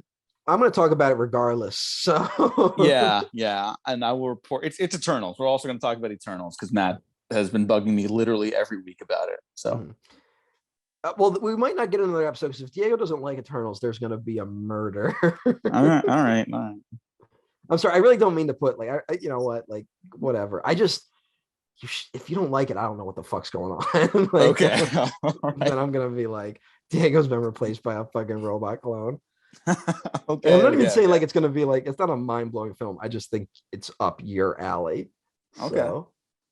So, yeah. And does it have Tobey Maguire in it? No. Okay. No, it doesn't. No. All right. You know what? You know what else we're doing next? We have to do our failed Oscar runs. Yes. And I was gonna say, like, do you want to just go into that next, I guess? Yeah, fuck it. All right. We should probably come up with an outline of movies. How many did we do for failed blockbuster? Like we did like 10. Okay. Let's we can probably do less though, because the Oscars are coming up sooner. Yeah, let's whittle that down to like maybe 8 or 6, somewhere in between. Yeah. And then we each pick half. Okay. So, do you have any ideas already? Oh yeah, I got one. All right. Yeah. We have to come up with a good definition of it though too. So like, I guess we'll work on that once we finish recording. Yeah, this fucking prestige drama bullshit. Mm-hmm. The murky lighting and the very serious British people. Sure. Yeah. That's what it all comes down to. Like the fucking right-wing shit where people are like blaming like LGBT people for like bad movies. That's me, but with British people. All right. Yeah. You're joining my cause of being against the British Empire. Oh yeah, absolutely. Yeah. Fuck the British. And that was Scream 4, everyone. Yeah. Which has no British people, and that's why it's so good. What if Ghostface started talking and like it was that voice, but you can very clearly tell they have like a Yorkshire accent, like, and then there's just the one character from Yorkshire, and it's like, who could the killer be? Oi, Sydney. Oi, Sydney. Oi, I wonder who the killer is. Bacon and beans, butter biscuits. Matt, where can the people find you before we spiral any further? RTN1 at twitter.com. You can find me at the Diego Crespo. Check out the Waffle Press on Twitter, YouTube, SoundCloud, Spotify, iTunes, and Patreon. Where there's still nothing there, sorry. But you can subscribe to the Patreon and help us pay for the SoundClouds and the audio versions of this. There will be writing coming your way soon. That is a promise, because I've actually been finally writing a lot of my ideas about stuff like the Spider-Man suit, which sucks. And then I'm going to start writing. You know what really grinds my gears? And I'm just going to go off on like paper clips. Okay. Yeah, there you go. Thanks for listening, everyone. Thanks for watching. We've been professionally unprofessional. Go watch your favorite scary movie. Yeah.